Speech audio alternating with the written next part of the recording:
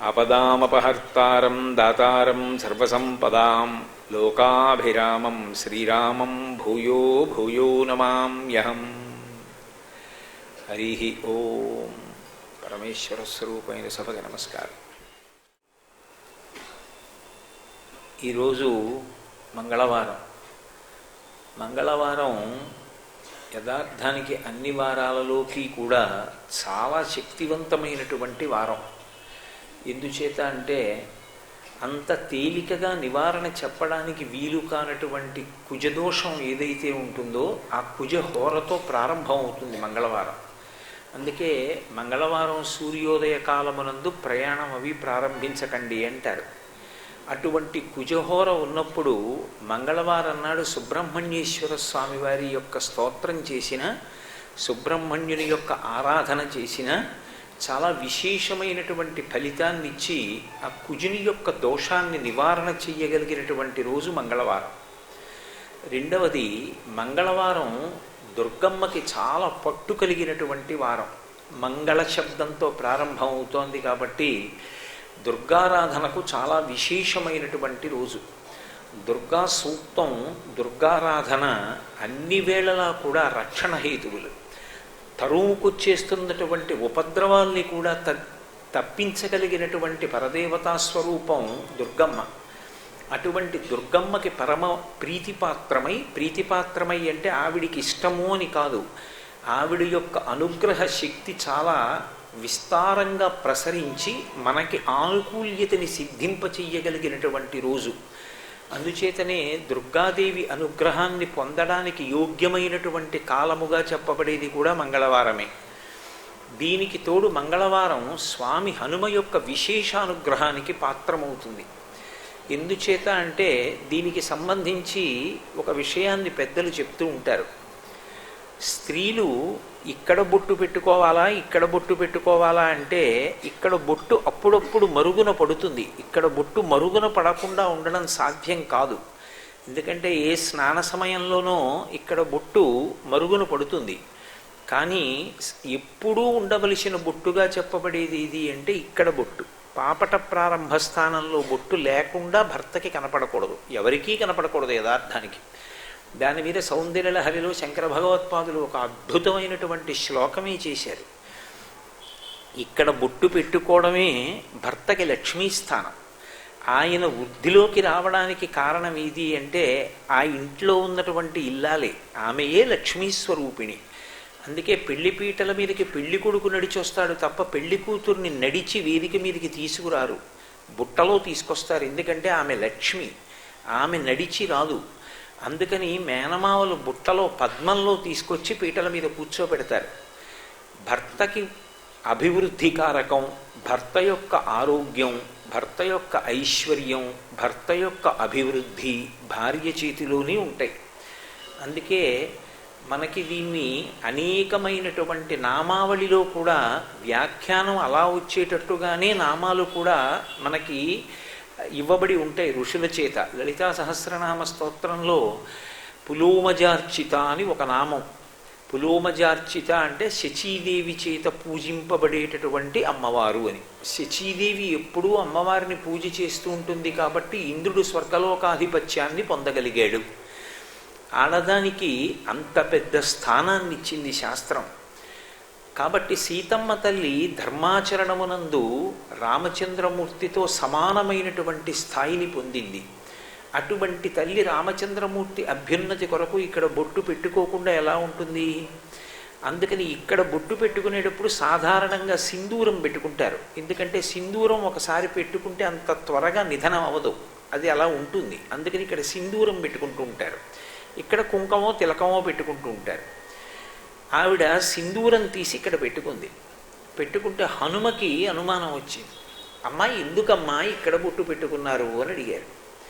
అడిగితే సీతమ్మ తల్లి, ఇక్కడ నేను బొట్టు పెట్టుకోవడం నీ స్వామి నా స్వామి అయినటువంటి రామచంద్రమూర్తి అభ్యున్నతి కొరకు అంది. అమ్మని పిల్లవాడు ఎంత ప్రేమగా అడుగుతాడో అంత ప్రేమగా అడిగారు. నవవ్యాకరణ పండితుడు, అంతటి విద్వాంసుడు, బుద్ధిమతాం వరిష్టం. అటువంటి ఆయనకి ఇంత చిన్న విషయాలు తెలియకుండా ఉంటాయా అన్నది కాదు అక్కడ విషయం. ఒక్కొక్కసారి విశేషమైనటువంటి ప్రేమ మనిషి చేత ఎంత పనైనా చేయిస్తుంది. సీతమ్మ తల్లి ఇక్కడ బొట్టు పెట్టుకుంటేనే రామచంద్రమూర్తికి అంత అభ్యున్నతి కలిగితే నేను ఒళ్ళంతా బొట్టు పెట్టుకుంటానని ఆయన ఒళ్ళంతా సింధూరం రాసుకుని సభలోకి వెళ్ళారు. వెడితే రామచంద్రమూర్తి పిలిచి అడిగారు, ఏమి హనుమ ఒళ్ళంతా ఎందుకు సింధూరం అలదుకున్నావు అని అడిగారు. అడిగితే మా అమ్మ ఇక్కడ బొట్టు పెట్టుకుంటే మీకు అన్ని విధాల అభ్యున్నతిక రామచంద్ర ప్రభో, అందుకని నేను ఒళ్ళంతా సింధూరం అలదుకున్నాను అన్నారు. ఆ రోజు మంగళవారం అంటారు పెద్దలు.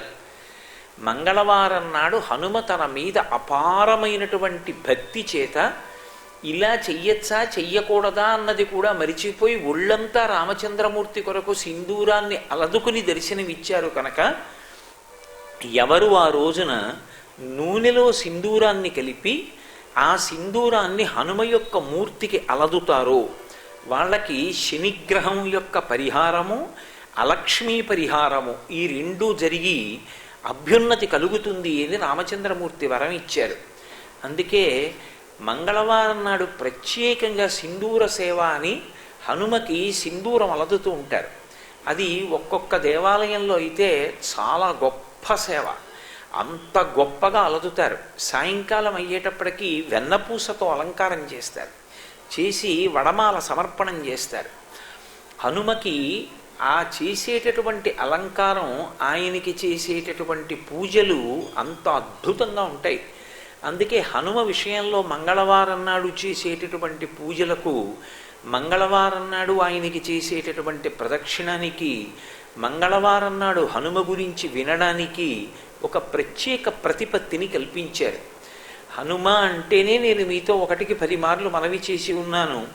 శనిగ్రహ దోషం దగ్గర నుంచి ఆయన ఇవ్వగలిగినటువంటి అభ్యున్నతికారకమైనటువంటి అనుగ్రహ శక్తి ఇవ్వగలిగిన వాళ్ళు దేవతా స్వరూపాల్లో చాలా తక్కువ మంది కనపడతారు. అంత స్థాయిలో అనుగ్రహ ప్రసరణం చేస్తారు ఆయన. పైగా చాలా తేలికగా అనుగ్రహిస్తారు. అటువంటి హనుమని మంగళవారం నాడు ప్రత్యేకంగా సేవించి పూజించి ప్రదక్షిణం చేసి రామనామం చెప్పి సింధూరమలది వడమాల వేసి తమలపాకులతో పూజ చేసి భక్తమండలి తరిస్తూ ఉంటారు. మనకి లోకంలో పరమేశ్వరుడు మనుష్యునికి ఒక్కనికి ఇచ్చినటువంటి అపూర్వమైనటువంటి అమరిక ఒకటి ఉన్నది.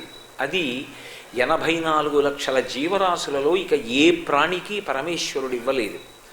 84 లక్షల జీవరాశుల్లో ఒక్క మనుష్య జన్మకి విశేషమైనటువంటి ప్రాధాన్యత ఉండడానికి ప్రధానమైన కారణం అదే. ఏది ఆ కారణం అంటే మనుష్యునికి ఒక్కనికే స్వరపీఠిక ఉంటుంది. ఈ కంఠంలో స్వరపీఠికను ఉంచాడు. ఆ స్వరపీఠికని ఉంచినటువంటి కారణం చేత మాట్లాడగలుగుతాం మనం. మాట చేత మనిషి తరించిపోతాడు. మిగిలిన ఏ ప్రాణులకు అది సాధ్యం కాదు. 83,99,999 జీవరాశులకు కర్మాధికారం లేదు, బుద్ధి లేదు. 3 వాటికి వాక్కు లేదు. అందుకే అవి తరించడము అనేటటువంటి మాట అంత సౌలభ్యంతో కూడుకున్నది కాదు. కానీ స్వరపేటిక ఉన్నటువంటి మనుష్యుడు అనేక ప్రయోజనములను సాధించగలడు. ఒకటి, కేవలంగా భగవన్నామం చెప్పి తరించిపోతాడు మనిషి. శ్రీరామ శ్రీరామ శ్రీరామ అనగలిగినటువంటి శక్తి ఉన్నటువంటి వాడు మనుష్యుడు ఒక్కడే. రామనామాన్ని పలికినంత మాత్రం చేత సమస్త పాపములు దహించుకుపోతాయి. భగవన్నామం పలకగలిగినటువంటి వాడు మనుష్యుడు ఒక్కడే.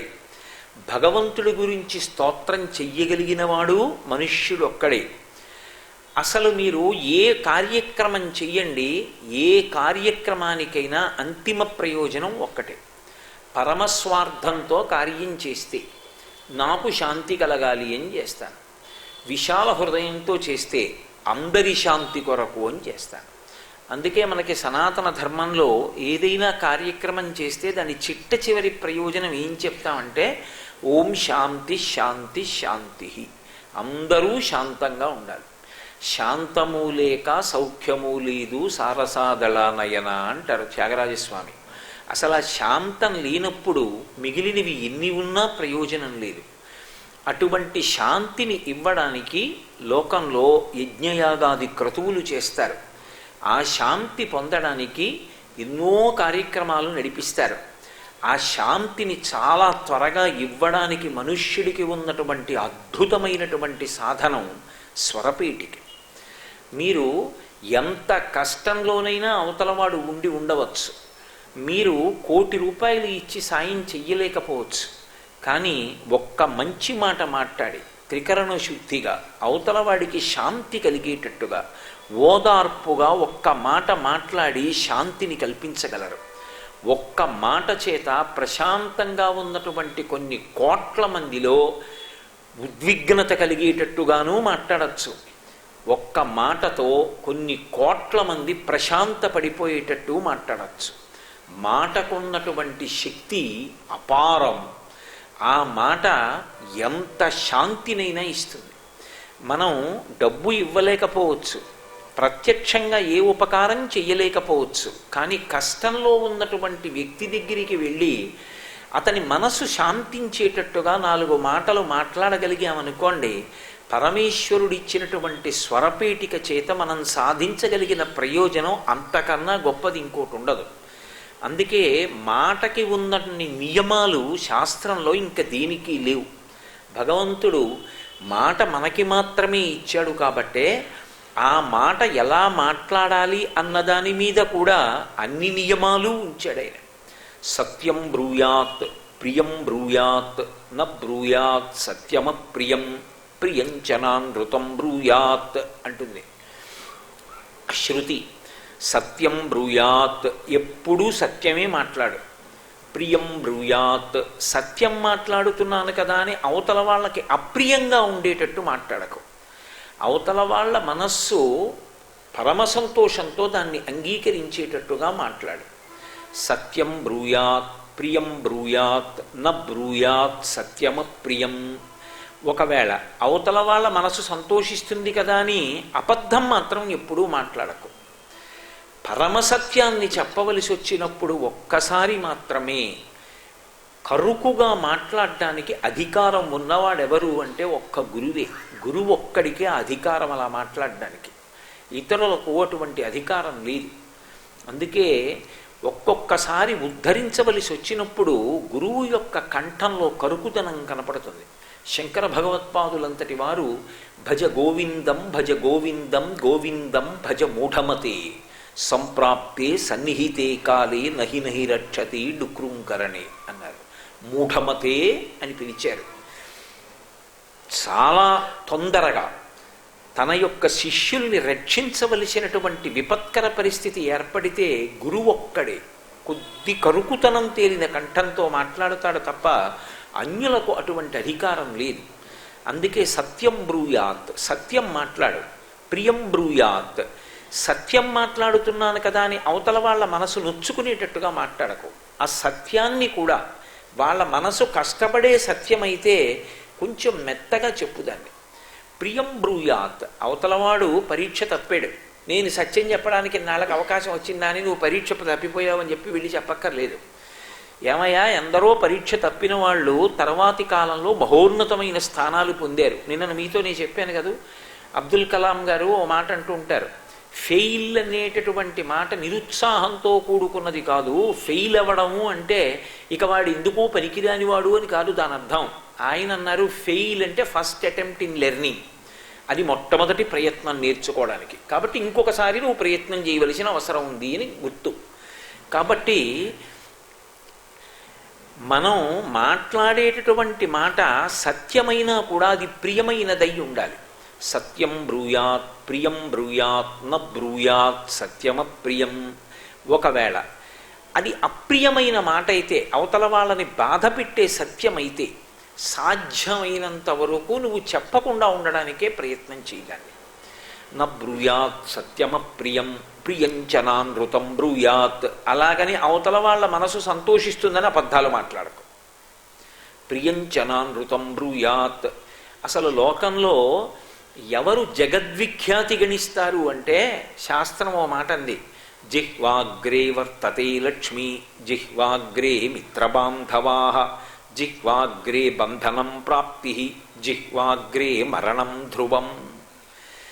ఎవరి నోటి వెంట వచ్చేటటువంటి మాటలు మంగళప్రదములై లక్ష్మీదాయకములై పరమ ప్రశాంతితో కూడుకున్నవై ఇతరులకు హాని కల్పించనివై ఉంటాయో అటువంటి వారి వాక్కులు జిహ్వాగ్రే వర్తతే లక్ష్మి. అటువంటి వారి మాటల వలన లక్ష్మీదేవి కలిసి వస్తుంది. జిహ్వాగ్రే వర్తతే లక్ష్మి జిహ్వాగ్రే మిత్రబాంధవాః. మంచి మాట ఉన్నవాడికి అనేక మంది స్నేహితులు, మంచి మాట ఉన్నవాడికి అనేక మంది బంధువులు. జిహ్వాగ్రే బంధనం ప్రాప్తి.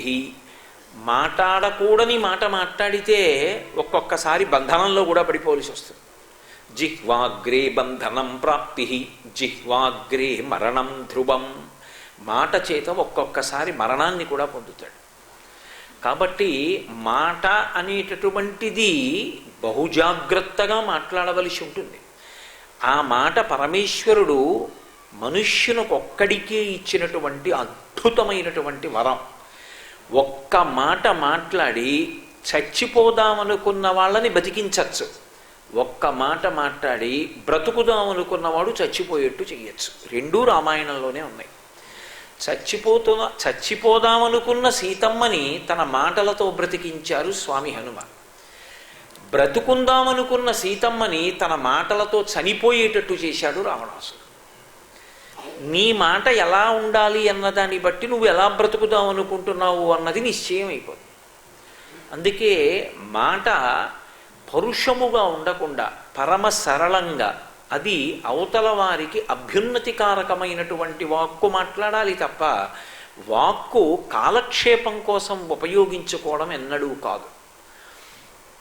చూడండి, పరమేశ్వరుడు 5 పైసలు ఖర్చు పెట్టకుండా సంతోషంగా గడిపేయడానికి మార్గం ఏమిటి అంటే కబుర్లు చెప్పుకోవడం. కొంతమందికి అసలు అక్కర్లేని మాటలు వచ్చి మాట్లాడుతుండడం వల్లే ఏమవుతుందంటే ఎంతో ప్రియంగా చూసేటటువంటి వాళ్ళు కూడా దూరంగా జరిగిపోతారు. వీడు వచ్చి దగ్గర కూర్చుంటే అక్కర్లేని ప్రస్తావనలు వస్తున్నాయి, రేపటి నుంచి వీడిని ఎక్కువసేపు దగ్గర కూర్చోబెట్టుకోకూడదు అనుకుంటాడు. ఎందువల్ల వచ్చింది అది?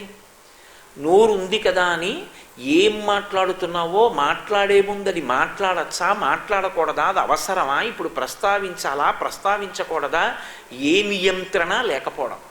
కామకోటి పీఠాధిపత్యం వహించిన మహాపురుషులు చంద్రశేఖరేంద్ర సరస్వతి స్వామివారు ఎవరైనా ఏదైనా చెప్తుంటే చెవులు రిక్కించి వినేవారు. అవతల వారు తమంత తాముగా చెప్పడం అయిపోయే వరకు వినేవారు. తాను జవాబు చెప్పవలసి వస్తే వెంటనే చెప్పేవారు కాదు. కళ్ళు మూసుకొని ఒక్క నిమిషం బాగా ఆలోచించి అప్పుడు జవాబు చెప్పేవారు. ముందు అవతల వారు చెప్పినది వినడం రావాలి. విన్న తరువాత తాను కాపట్యం లేకుండా, మనసులో కపటం లేకుండా మాట్లాడడం రావాలి. మనసులో దాపరికం పెట్టుకుని మాట్లాడకూడదు. ఉన్నది ఉన్నట్లు మాట్లాడడం, ఆ మాట మాట్లాడేటప్పుడు బహుమెత్తగా మాట్లాడగలగడం, ఇది ప్రజ్ఞ. ఎక్కడెక్కడ ఎప్పుడెప్పుడు ఎలా మాట్లాడాలో, ఎలా మాట్లాడితే అభ్యున్నతి కలుగుతుందో లోకానికి నిరూపణం అనేక కోణాలలో చేసినటువంటి మహాపురుషుడు స్వామి హనుమ. అందుకే హనుమ యొక్క పాదములు పట్టుకుంటే వచ్చేదేది అంటే అసలు మనిషి మనిషిగా బ్రతకడం అలవాటు అవుతుంది. అందున ఇవాళ ఉన్నటువంటి సమాజానికి హనుమ యొక్క సేవ అత్యంత అవసరం. మీరు ఎక్కడ చూడండి, వ్యగ్రతతో కూడుకున్నటువంటి మాట ఉన్నటువంటి సమాజంలో మాట 10 మందికి శాంతికరమైనది కావాలి అంటే హనుమత్ సేవ ఎంతో అవసరమైనటువంటి స్థితి.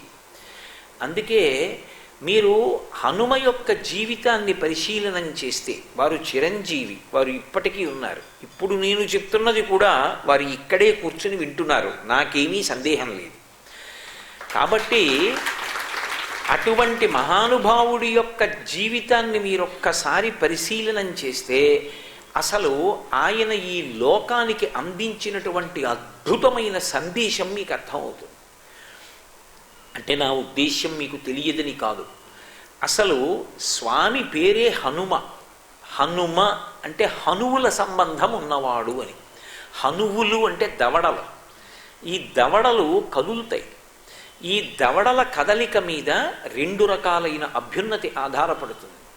ఈ దవడలు ఎంతకాలం శక్తివంతంగా కదులుతాయో అంతకాలం శరీరం బలంతో ఉంటుంది. ఈ దవడలు కదలడం బలహీన పడిపోయిందనుకోండి, దవడ బలహీనపడ్డం అంటే దవడ లోపల దవడ మీద అమర్చబడినటువంటి దంతపంక్తి ఊడిపోయిందనుకోండి, బలం కోల్పోయిందనుకోండి, బలిష్టమైన ఆహారాన్ని తినలేడు. అలా తినకపోతే శరీరము బలంతో ఉండదు. రెండు, మంచి దవడలు, బలమైన దవడలు ఉన్నవాడు అన్న మాటకు అర్థం ఏమిటంటే మంచి మాట మాట్లాడగలిగినటువంటి ప్రజ్ఞాశాలి అని. ఏదో మాట్లాడడం కాదు, పొల్లు మాట్లాడి ఉపయోగం ఏముంది? ఒకడు చిరస్థాయి దేని వలన పొందుతాడు అంటే మాటల చేత పొందినంత తేలికగా దేని చేత సాధ్యం కాదు. మాట చేత చేసేటటువంటి ఉపకారం అనన్య సామాన్యమైన ఉపకారం. మీరు అన్నం పెడితే ఒక పూటకి కడుపు నిండుతుంది. మీరు ఓ శస్త్రచికిత్స చేయిస్తే కొంతకాలం శరీరం ఆరోగ్యంగా ఉంటుంది. మీరు ఏదో ఓ ఇల్లు కట్టిస్తే అతను కొంతకాలం ఆ ఇంట్లో ప్రశాంతంగా బ్రతకగలుగుతాడు. కానీ మీరు ఒక మంచి మాట మాట్లాడితే దాని వలన అవతలవాడి జీవితం బాగుపడితే కొన్ని కోట్ల జన్మలు వాడి జీవుడు తరిస్తాడు. మాటకున్న శక్తి దేనికి లేదు. మాట మనిషిని అభ్యున్నతి పథంలో పైకి ఎత్తేస్తుంది. వినరాని మాటలు వినడం వల్ల ఎంత పైనున్నవాడు కింద పడిపోతాడు. అందుకే హనుమ అంటే హనువుల శక్తి ఉన్నవారు, అంటే ఆయన దవడల కదలిక అటువంటిది. ఆయన నోటి వెంట వచ్చినటువంటి మాటలు ఏవి ఉంటాయో ఆ మాటలు సారభూతములై ఉంటాయి. విషయాన్ని బాగా పరిశీలించి అర్థం చేసుకుని ఆయా సందర్భాల్లో ఎలా మాట్లాడాలో అలాగే మాట్లాడతారు తప్ప ఒకప్పుడు మాట్లాడవలసినటువంటి మాట ఎంత స్థాయిలో ఎలా ఉండాలో అలా ఉండకుండా నీరసపడి మాట్లాడడం, మంచి సందేశాత్మకంగా అవతల వారికి ఉపశాంతినిచ్చి మాట్లాడవలసినప్పుడు అలా మాట్లాడలేకపోవడం, ఇటువంటి లక్షణాలు హనుమ యందు ఉండవు. అందుకే హనుమ మాట్లాడేటటువంటి తీరుని మీరు పరిశీలిస్తే అసలు అది జీవితం మీద ఒక అద్భుతమైనటువంటి ప్రభావాన్ని చూపించి ఒక పెనుమార్పుని తీసుకొస్తుంది. నేను మీకు ఒక ఉదాహరణ చెప్పాలి అంటే, మాట మాట్లాడేవాడికి ఎప్పుడూ ఒక లక్షణం ఉండాలి. ఏ లక్షణం ఉండాలి అంటే, ఈ క్షణంలో నేను ఈ మాట మాట్లాడితే అవతలవాడు నన్ను మెచ్చుకుంటాడా మెచ్చుకోడా, అది మాట మాట్లాడేవాడికి ఉండవలసినటువంటి ప్రథమ లక్షణం కాకూడదు. నేను ఇప్పుడు ఇలా మాట్లాడేస్తే అవతలవాడు మెచ్చుకుంటాడు, అందుకు నేను మాట్లాడతాను కాదు, అలా ఉండకూడదు. అవతలవాడు నన్ను సరిగా అర్థం చేసుకోనివ్వండి, చేసుకోకపోనివ్వండి, నేను సత్యమే మాట్లాడతాను, నేను ఉన్న విషయమే మాట్లాడతాను, అవతలవాడికి ప్రయోజనం కలగడానికి మాట్లాడతాను. అందుకే రామాయణంలోనే మారీచుడు ఒక మాట అంటాడు, సులభాః పురుషారాజన్ సతతం ప్రియవాదినః అప్రియస్యతు పథ్యస్య వక్తా శ్రోతా చ దుర్లభః అన్నాడు. మనకెందుకు వచ్చిన గొడవ? చాలా బాగుందండి, మీరు చేసిన పని చాలా మంచిది అనో మాట అన్నాం అనుకోండి, అవతలవాడికి మనం శత్రువు అవ్వం. అందరితో పాటే మనం పాపం ఆయన ఏం చేశాడండి, చాలా మంచివాడండి, ఆయన మన పక్షానే ఉన్నాడంటారు. కాదు, నిజంగా నీ మేలు కోరినవాడైతే వాడొక్కడే ధైర్యం చేసి ఉన్న మాట ఉన్నట్టుగా మాట్లాడతాడు. వాడు నిజంగా నీ అభ్యున్నతిని కోరుకున్నవాడు. అందుకే వాడు మాత్రమే సత్యాన్ని మాట్లాడతాడు. అప్రియస్యతు పథ్యస్య వక్తా శ్రోతా చ దుర్లభః. అవతలవాడు నన్ను నింద చేస్తాడేమో, ఇలా మాట్లాడితే నన్ను అర్థం చేసుకోడేమో అన్న అనుమానం ఉన్న, దాపరికం లేకుండా ఉన్న విషయాన్ని ఉన్నట్టుగా చెప్పేవాడు కోట్ల కోట్ల మందిలో ఎక్కడో ఒక్కడే ఉంటాడు. అటువంటి వాడు దొరికినా వినేవాడు ఉండడు. ఒకవేళ అలా చెప్పగలిగిన వాడు, వాడి మాట వినగలిగిన వాడు ఇద్దరుంటే వాళ్ళకన్నా గొప్ప క్షేత్రం తీర్థం లోకంలో ఇంకోటి లేదన్నారు. అందుకే సులభాః పురుషారాజన్ సతతం ప్రియవాదినః అప్రియస్యతు పథ్యస్య వక్తా శ్రోతా చ దుర్లభః. అందుకే మాట మాట్లాడడంలో ఆ నైపుణ్యం ఉండాలి. అది కర్తవ్యతానిష్ట అంటారు.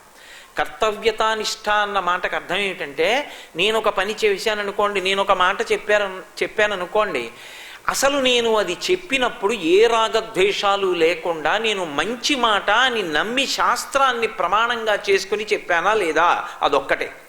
నా సొంత అభిప్రాయం కాదు. తస్మాత్ శాస్త్రం ప్రమాణంతే కార్యాకార్యం వ్యవస్థితౌ. శాస్త్రాన్ని ప్రమాణం చేసుకుని నేను మాట్లాడానా? నేను శాస్త్రాన్ని ప్రమాణం చేసుకుని మాట్లాడాను. అవతలవాడు విన్నాడా వినలేడా? విన్నాడు, మంచిది. వినలేదు, 2 మాటలు మంచిది. ఎందుకు? ఇంకొక మాట చెప్తాను అర్థమయ్యేటట్టు. అంతే తప్ప అవతలవాడు ఏదో అనుకుంటున్నాడని యువతలవాడి ధోరణి మారకూడదు. మీరు హనుమ యొక్క జీవితంలో ఆయన మాట్లాడే తీరు చూడండి. అగ్ని పరీక్ష ఆయనకి కొన్నిసార్లు. కిష్కింధకాండలో వీళ్ళందరూ బయలుదేరారు. శరత్కాలంలో పంపించాడు సుగ్రీవుడు. 1 నెల గడువిచ్చాడు. దక్షిణ దిక్కుకు వెళ్ళిన వానరులకు అదే చెప్పాడు. 1 నెల లోపల మీరు అన్వేషణ పూర్తి చేసి సీతమ్మ జాడ కనిపెట్టి వెనక్కి రావాలి. ఒకవేళ 1 నెల లోపల మీరు సీతమ్మ జాడ కనిపెట్టి వెనక్కి రాలేకపోతే మీ అందరికీ శిరచ్ఛేదం చేస్తాను. అది కనిపెట్టైనా రండి, కనిపెట్టకపోయినా పర్వాలేదు. మీరు ఆ జాడ కనిపెట్టకపోయినా పర్వాలేదు, కాలం మాత్రం ప్రధానం. నెల లోపల తిరిగి వచ్చేయాలి. నెల పూర్తయిపోయిన తరువాత తిరిగి వస్తే మాత్రం శిరచ్ఛేదం అని చెప్పాడు. కాలమునకు అంత విలువ. అందరూ తిరిగి వచ్చారు. దక్షిణ దిక్కుకి వెళ్ళిన వాళ్ళు స్వయంప్రభా బిలంలోకి వెళ్ళిపోయారు. ఆ బిలంలోకి వెళ్ళిపోవడంలో వాళ్ళు దారి తప్పిపోయారు. వాళ్ళు బయటికి వచ్చిన తరువాత చూశారు, ప్రకృతి వంక చెట్లన్నీ చిగర్చి ఉన్నాయి. ఓ, వసంత ఋతువు వచ్చేసింది. వసంత ఋతువు వచ్చిందంటే శరత్కాలం అయిపోయింది, హేమంత ఋతువు అయిపోయింది, వసంత ఋతువు వచ్చేసింది. వసంత ఋతువు వచ్చేసిన తర్వాత మనం వెనక్కెడితే ఊరుకోడు, సుగ్రీవుడు శిరచ్ఛేదం చేస్తాడు. అందుకని మనం వెనక్కి వెళ్ళొద్దు. యువరాజు అంగదుడు. కానీ ఒక్కొక్కడి యొక్క ఆలోచన తీరు అలా ఉంటుంది. మట్టి ముద్ద నేల మీద పడితే అంటుకుపోతుంది అంతే, ఇంకా పైకి లేవదు. బంతి కింద పడితే పైకి లేస్తుంది. అంగదుడు అన్నాడు, సుగ్రీవుడు నాకు తండ్రి, పినతండ్రి, వాలి తండ్రి. నాకు కావాలని రాజ్యం ఇవ్వలేదు. రామచంద్రమూర్తి చెప్పాడు కాబట్టి ఇచ్చాడు యవ్వరాజ్యం. ఎప్పటి నుంచో నా మీద కోపం ఉంది, ఎందుకంటే నేను వాలి కొడుకుని. నన్ను ఎలా చంపాలా అని చూస్తున్నాడు. అందుకే దక్షిణ దిక్కుకు పంపాడు. అందుకు పంపాడా సుగ్రీవుడు? అందుకే స్వయం ప్రభాబిలంలో ఉండిపోయాను. ఇప్పుడు మనం వెనక్కెడితే సుగ్రీవుడు మన కుత్తుకలు కత్తిరించేస్తాడు. అక్కడికెళ్ళి చచ్చిపోవడం కన్నా ఇక్కడ ప్రాయోపవేశం చేయడం మంచిది. కాబట్టి మనం ఇక్కడే మరణిద్దాం, వెనక్కి వెళ్ళొద్దు. నిష్కారణంగా సుగ్రీవుడి చేతిలో చచ్చిపోయే కన్నా ఇక్కడే చచ్చిపోదాం. కొంతమంది లోకంలో ఎలా ఉంటారంటే, ప్రభువు చెప్పాడు కాబట్టి అది వాళ్ళకి ఇష్టం ఉండనివ్వండి, ఇష్టం కాకపోనివ్వండి, ఎందుకు వచ్చిన గొడవ, ఇప్పుడు మనం ఎందుకు వ్యతిరేకంగా మాట్లాడడం? అందుకని ఉన్న సత్యాన్ని మాట్లాడరు. కొంతమంది సత్యం మాట్లాడడానికి ధైర్యంతో బతుకుతారు. వాళ్ళు లోకానికి దార్శనికులు. కాబట్టి మిగిలిన వాళ్ళందరూ అన్నారు, అవునవును నిజమే, ఒక్క నిన్నే కాదు, అసలు వానర సైన్యంలో ముఖ్యులందరినీ కూడా, బలవంతులందరినీ కూడా దక్షిణ దిక్కుకు పంపాడు. అంటే ఏమిటి దాని అర్థం? వీళ్ళు ఎలాగో నెలలో తిరిగి రాలేరు, వీళ్ళందరినీ చంపేస్తే శత్రుశేషం పూర్తయిపోతున్నది. అందుకని ముఖ్యుల్ని పంపించాడు. మనం వెనక్కి వెళ్లకుండా ఉండడం మంచిది. కానీ చచ్చిపోకుండా బతికుండడానికి మార్గం ఏం లేదా? అంటే వాళ్ళకి నిజంగా చచ్చిపోదామని ఉందా? వాళ్ళకి చచ్చిపోదామని లేదు, బతికుందామని ఉంది. మరి ఎలా సుగ్రీవుడికి తెలియకుండా ఎలా బ్రతికుండాలి? అంటే అందులో అంగదుడు అన్నాడు, మనం మళ్ళీ బిలంలోకి వెళ్ళిపోదాం. ఈ బిలం ఉన్నట్టు ఎవరికీ తెలియదుగా. అక్కడ నీళ్లున్నాయి, దుంపలున్నాయి, పళ్ళున్నాయి, అవి తింటూ ఉందాం. అందరూ ఒప్పుకున్నారు, రండి వెళ్ళిపోదాం బిలంలోకి. వీళ్ళందరూ నిజంగా అంగదుడి వెంట వెళ్ళడానికి సిద్ధపడిన వాళ్ళు కారు. వీళ్ళు 2 రోజులే ఉంటారు. నిఖార్సుగా నిగ్గు తేలి కాలపరీక్షకి తట్టుకుని తన వెనక నిలబడగలిగిన వాడు, తన హృదయాన్ని అర్థం చేసుకున్నవాడెవరో కాలం జల్లెడ పట్టి తేల్చేస్తూ ఉంటుంది. హనుమ ఒక్కడే మహానుభావుడు. ఆయన లేచి అన్నారు, సుగ్రీవుడికి అందకుండా దాక్కుంటావా బిలంలో? సుగ్రీవుడి పక్షాన ఎవరున్నారు? రామలక్ష్మణులు ఉన్నారు. లక్ష్మణస్వామి యొక్క నారాచ బాణములను తీసి ఆయన యొక్క ధనస్సుకి తొడిగి విడిచిపెడితే ఈ బిలాన్ని చీల్చేయడం ఆయనకి పూల పొట్లాన్ని చింపేయడం లాంటిది. భేదించేస్తాడు ఈ బిలాన్ని. ఎక్కడ దాక్కున్నా మిమ్మల్ని అందరినీ బయటికి లాగి చంపేస్తాడు. నీకు ఇంకొక మాట చెప్పనా యువరాజా? ఇవాళ నీతో పాటు బిలంలోకి వచ్చిన వీళ్ళు 2 రోజులు అయిపోయేటప్పటికీ ఇంటి దగ్గర నా భార్య ఎలా ఉందో, నా బిడ్డలు ఎలా ఉన్నారో, ఇక్కడ ఉండి మాత్రం ఏం ప్రయోజనం, ఇక్కడ ఉండడం కన్నా సుగ్రీవుడి దగ్గరికి పోతే చంపాడో కారాగారంలో పారేశాడో, ఏదైనా ఓసారి పెళ్ళం పిల్లల్ని చూసుకుని చచ్చిపోదు. ఇదెక్కడ గొడవ, ఉండి ఉపయోగం లేదు, వాళ్ళు అక్కడ ఎలా ఉన్నారో తెలియదు, ఎందుకు ఈ బతుకు, ఇదంతా యువరాజు వల్ల వచ్చిందని క్రమక్రమంగా నీ చాటున మాట్లాడుకుని ఏదో ఒకనాడు నీ మీద తిరుగుబాటు చేసి వీళ్ళు మళ్ళీ కిష్కిందకు పోతారు. ఆనాడు నువ్వేమవుతావో తెలుసా, వీళ్ళ వెంట వెళ్ళలేవు, ఇక్కడ ఉండలేవు, ఒక్కడివి గడ్డిపరక కదిలితే భయపడతావు. ఆ స్థితి తెచ్చుకోకు. ఎవరైనా మాట్లాడారా? ఒక్క హనుమ మాట్లాడతారు. ఎందుకు మాట్లాడతారంటే ఆయన సత్యాన్ని నమ్మిన వ్యక్తి. రాముడెవరో లక్ష్మణుడెవరో ఇవాళ ఒకలా మాట్లాడి రేపు ఇంకోలా మాట్లాడడం ఆయనకి చేత కాదు. అలా చేతనైన వాడైతే, అలా రంగులు మార్చగలిగిన వాడైతే హనుమ రామాయణంలో ఇంత శాశ్వత స్థానాన్ని సంపాదించుకోలేరు. ఉన్న విషయాన్ని ఉన్నట్లు మాట్లాడతారు, కర్తవ్యతానిష్ట. అది అవతలవాడు విన్నాడా వినలేదా, దాన్ని విని ఇంకోలా అనుకున్నాడా, మనసు కష్టపెట్టుకున్నాడా, దీనితో సంబంధం కాదు. నా వైపు నుంచి నేను చెప్పవలసినది చెప్పానా లేదా, నా కర్తవ్యం నేను చేశానా లేదా, అదొక్కటే హనుమకి. వాళ్ళు వినలేదు మాట. మనం ఇక్కడే చచ్చిపోదాం, ప్రాయోపవేశం చేద్దామన్నారు. ఆయన నిజంగా తలుచుకుంటే వాళ్ళందరినీ చంపి అవతల పారేయచ్చు, లేదా ఒక్క క్షణంలో దుముకి సుగ్రీవుడి దగ్గరికి వెళ్ళి వీళ్ళు ఇటువంటి పని చేస్తున్నారని చెప్పచ్చు. ఆయన అది చేరు ఇది చేరు, వాళ్లతోటే ఉంటాడు. అంటే నా మాట వినలేదని ఆయనకి బెంగలేదు, నా మాట విన్నారని పొంగులేదు. నీ చెయ్యవలసింది చేశానా లేదా, అదొక్కటే అంతే. ఆయన కర్తవ్యత నిష్ఠ అటువంటిది. ఆ కర్తవ్యత నిష్ఠ ఎవరికుందో వాడికి చెద పట్టదు. అగ్నిహోత్రానికి చెదలు పడతాయా? ఇది నా కర్తవ్యం కాబట్టి నేను ఇలా మాట్లాడాలి అని ప్రవర్తించగలిగిన వాడు ఎక్కడుంటాడో వాడు ఎప్పుడూ కూడా ఈశ్వరుడి చేత రక్షింపబడుతూనే ఉంటాడు. కారణం, ఆయన నమ్మి మాట్లాడింది శాస్త్రాన్ని. హనుమ మాటలకు శ్రీరామాయణంలో అంత విలువ ఉంటుంది. ఆయన ఎప్పుడు మాట్లాడినా అన్నీ ఒక్కొక్క సందర్భంలోవే ఉండవు. ఏదో అస్తమానం స్నేహితులతో మాట్లాడాను, అస్తమానం వానరులతో మాట్లాడాను, అస్తమానం ప్రభువుతో మాట్లాడాను, అలా ఉండదు. రామాయణంలో మీరు ఎప్పుడైనా సరే ఇద్దరు మాట్లాడినప్పుడు చాలా జాగ్రత్తగా చదవాలి ఆ మాటలు. ఒకటి రాముడు. రాముడు ఎవరు చెప్పినా వింటాడు. అందరూ చెప్పినవి విని చిట్ట చివర తాను చెప్తాడు. చెప్పేటప్పుడు ఎప్పుడూ కూడా రాముడు ఇది నా అభిప్రాయం కాబట్టి ఇలా చేద్దామని చెప్పడు. రాముడు ఎప్పుడూ తీర్పు దేన్ని బట్టి చెప్తాడంటే శాస్త్రం ఇలా చెప్పింది, పెద్దలు ఇలా చెప్పారు, అందుకు ఇలా చెయ్యాలంటాడు తప్ప నా బుద్ధికి తోచింది కాబట్టి నేను ఇలా చేద్దామంటున్నానని ఎన్నడూ చెప్పడు. తస్మాత్ శాస్త్రం ప్రమాణంతే కార్యాకార్యం వ్యవస్థితౌ. శాస్త్రము ప్రమాణం నువ్వేం చెయ్యాలన్నా శాస్త్రం ఇలా చెప్పింది కాబట్టి ఇలా చేద్దాం, పెద్దలు ఇలా చెప్పారు కాబట్టి ఇలా చేద్దాం, అంతే.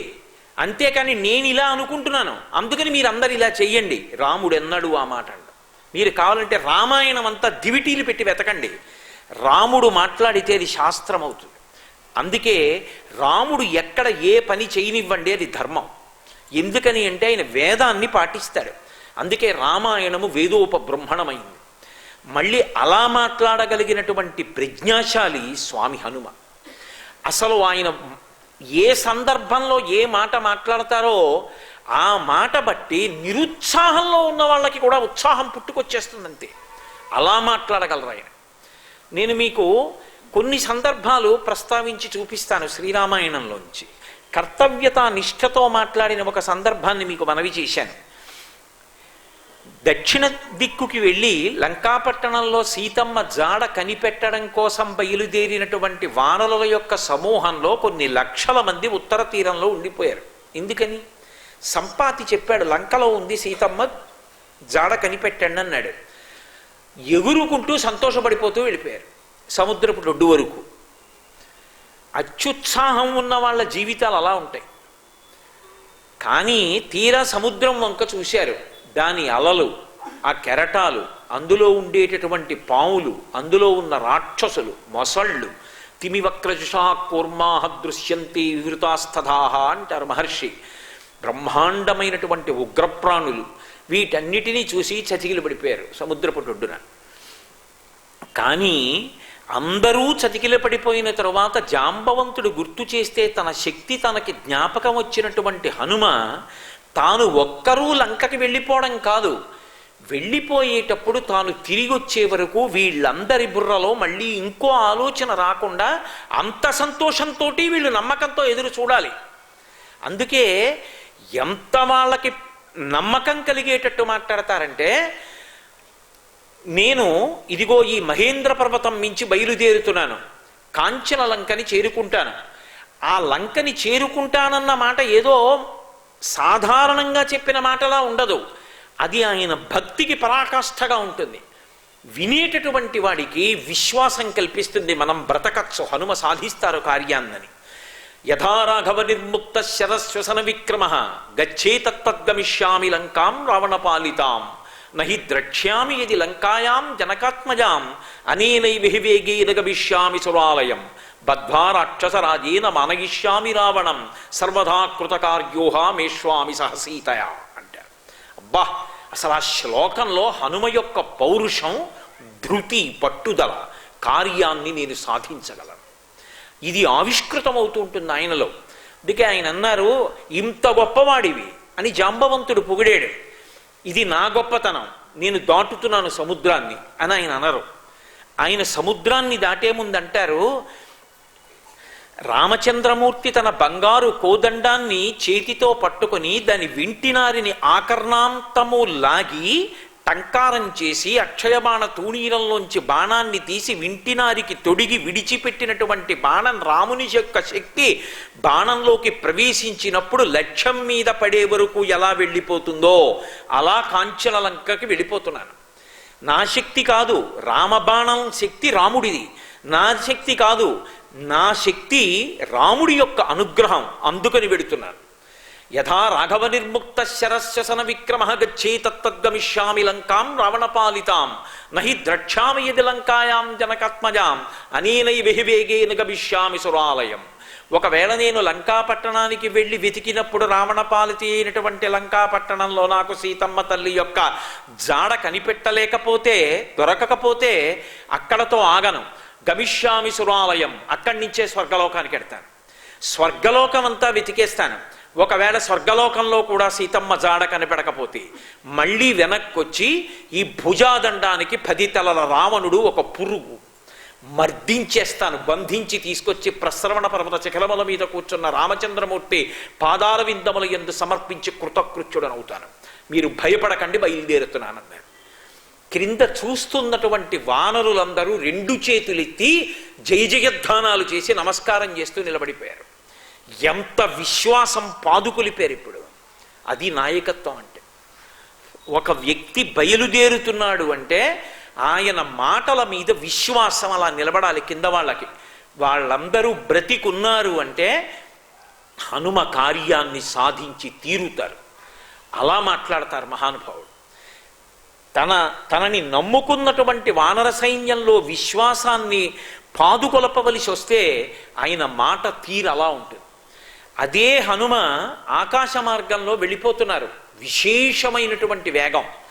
అంత గతిర్వేగశ్చ తేజశ్చ లాఘవంచ మహాకపేహే అంటాడు పంపించేటప్పుడు సుగ్రీవుడు. అంత వేగంతో వెడుతున్నారు. ఆ వెడుతున్నప్పుడు మైనాకుడు అకస్మాత్తుగా సముద్రంలోంచి పైకి లేచాడు. వాల్మీకి మహర్షి అన్నారు రామాయణంలో, దర్శయామాస శృంగాణి సాగరేణ నియోజిత శాతకుంభమయీ శృంగై సకిన్నర మహోరగై అన్నారు. అవి మామూలు శిఖరాలు కావు, బంగారు శిఖరాలు. అది ఎప్పుడు బయటికి వచ్చాయి? అప్పుడే సూర్యోదయం అవుతోంది. హనుమ నీడని బట్టి పొద్దున్న లంఘనం చేశారు. ఆయన ఉదయం వేళ లంఘనం చేస్తుంటే ఈ బంగారు శిఖరాలు సముద్రంలోంచి పైకి తేలి అవతల బాలసూర్యుడి కిరణాలు ఈ బంగారు శిఖరాల మీద పడుతున్నాయి. ఎంత పచ్చటి కాంతి పైకి చిమ్ముతుంది. అంత గొప్పవాడు కదా, ఏ మామూలు ఐశ్వర్యం కాదు. మైనాకుడంటే పర్వతమే బంగారు శిఖరాలతో ఉంటుంది. అంత గొప్పవాడు పైకొచ్చాడు. వచ్చి ఏమడిగాడు? నాయనా హనుమా, నీకు నేను ఉపకారం చెయ్యాలనుకుంటున్నాను. కృతీచ ప్రతికర్తవ్యం యశధర్మ సనాతన సోయం తత్ప్రతికారార్థీ తత్వం సమ్మానమర్హతి అతిదిక్కిల పూజార్హ ప్రకృతోపి విజానత. ఉపకారం చేసిన వాడికి ప్రత్యుపకారం చెయ్యాలి. ఏషధర్మ సనాతన, ఎంత పెద్ద మాట ఇది!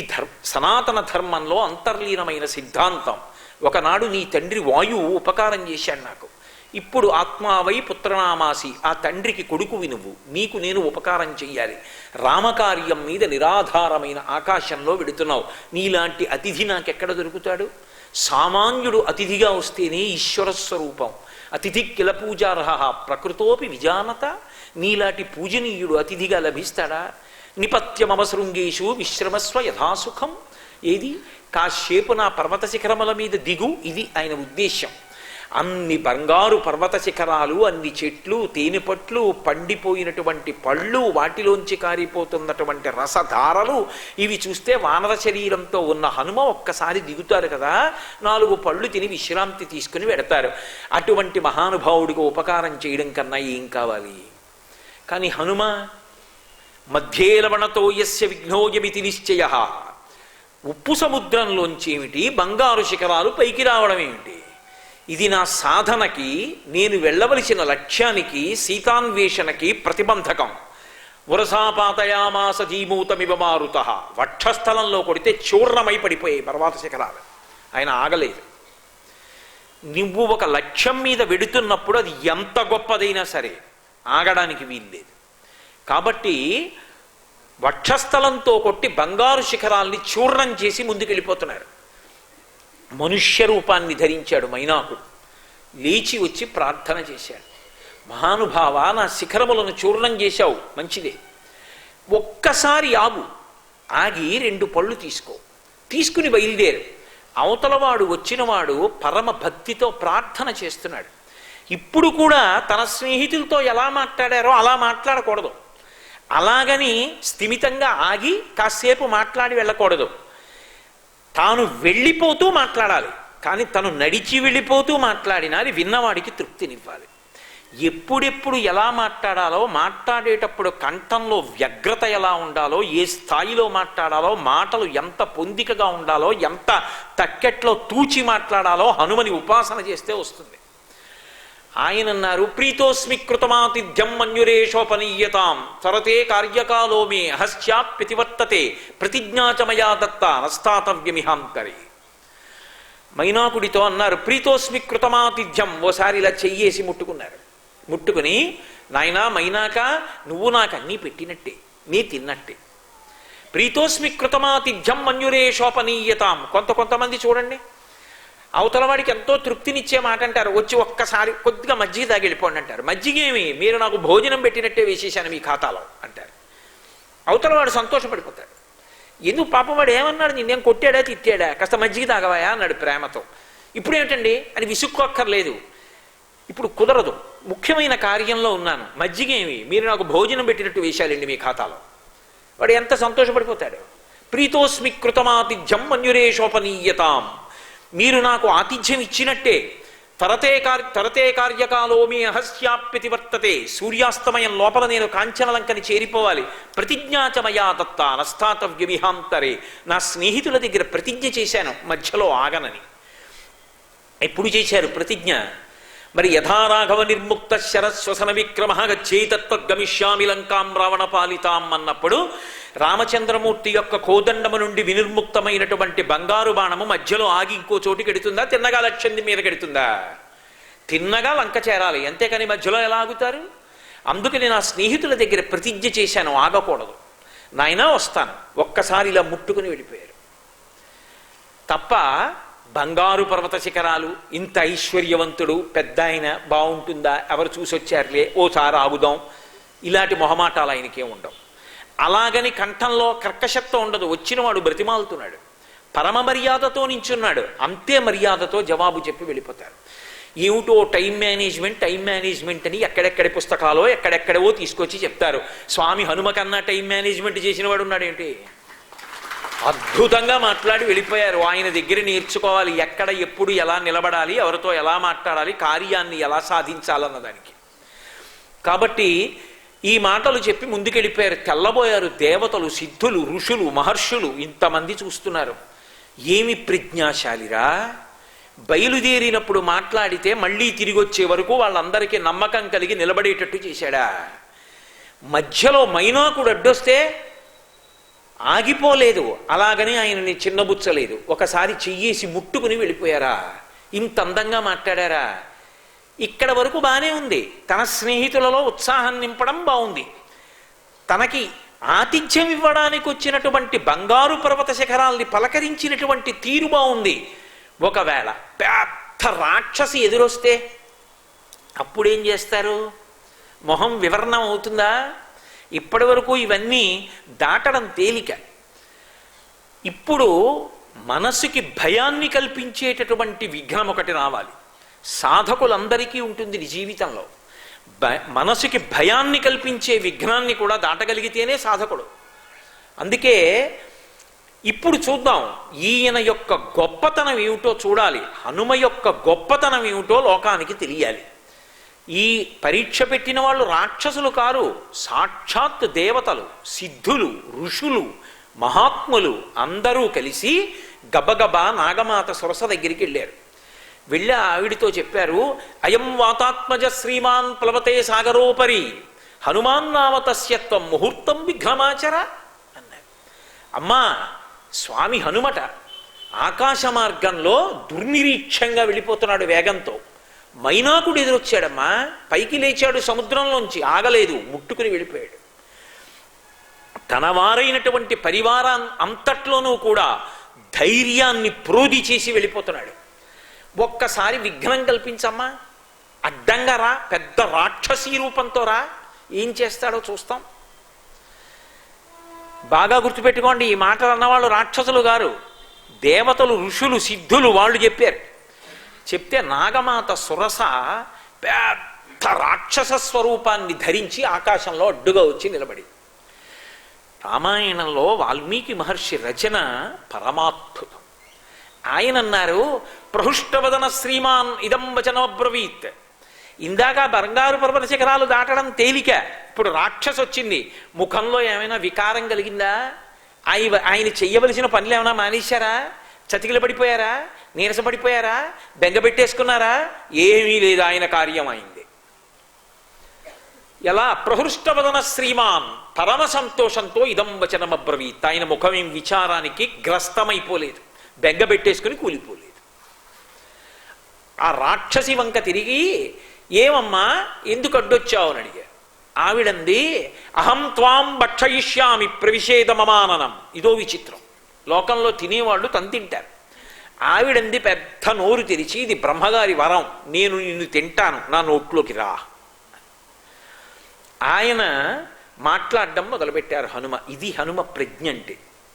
చూడండి, అర్థం పర్థం లేకుండా, సందర్భశుద్ధి లేకుండా, అవతలవాడు ఎంత ముఖ్యమైన పనిలో ఉన్నాడో అన్న దాంతో సందర్భం లేకుండా ఎక్కువసేపు మాట్లాడే ప్రయత్నం చేస్తారు.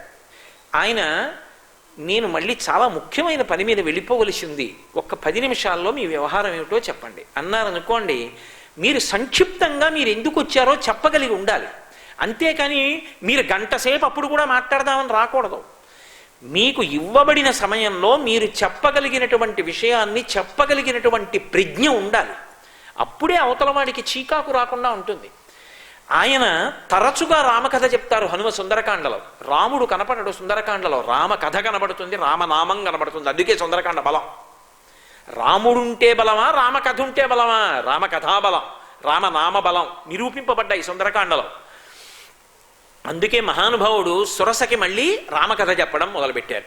అలాగని ఆ రామకథ చెప్పేటప్పుడు మళ్ళీ అయోధ్యానగరం, కోసల రాజ్యం, దశరథ మహారాజు గారు, పిల్లలు లేకపోవడం, పుత్రకామేష్టి చేయడం, 9 కొడుకులు పుట్టడం, పెద్దవాడు అరణ్యవాసానికి వెళ్ళడం, కైకమ్మ వరాలు అడగడం, ఇవేం చెప్పరు.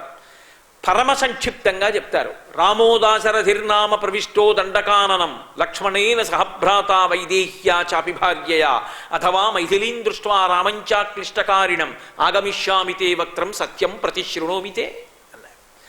అమ్మా, దశరథ మహారాజు గారి కొడుకు రామచంద్రమూర్తి ధర్మానికి కట్టుబడి అరణ్యవాసానికి వెళ్ళాడు.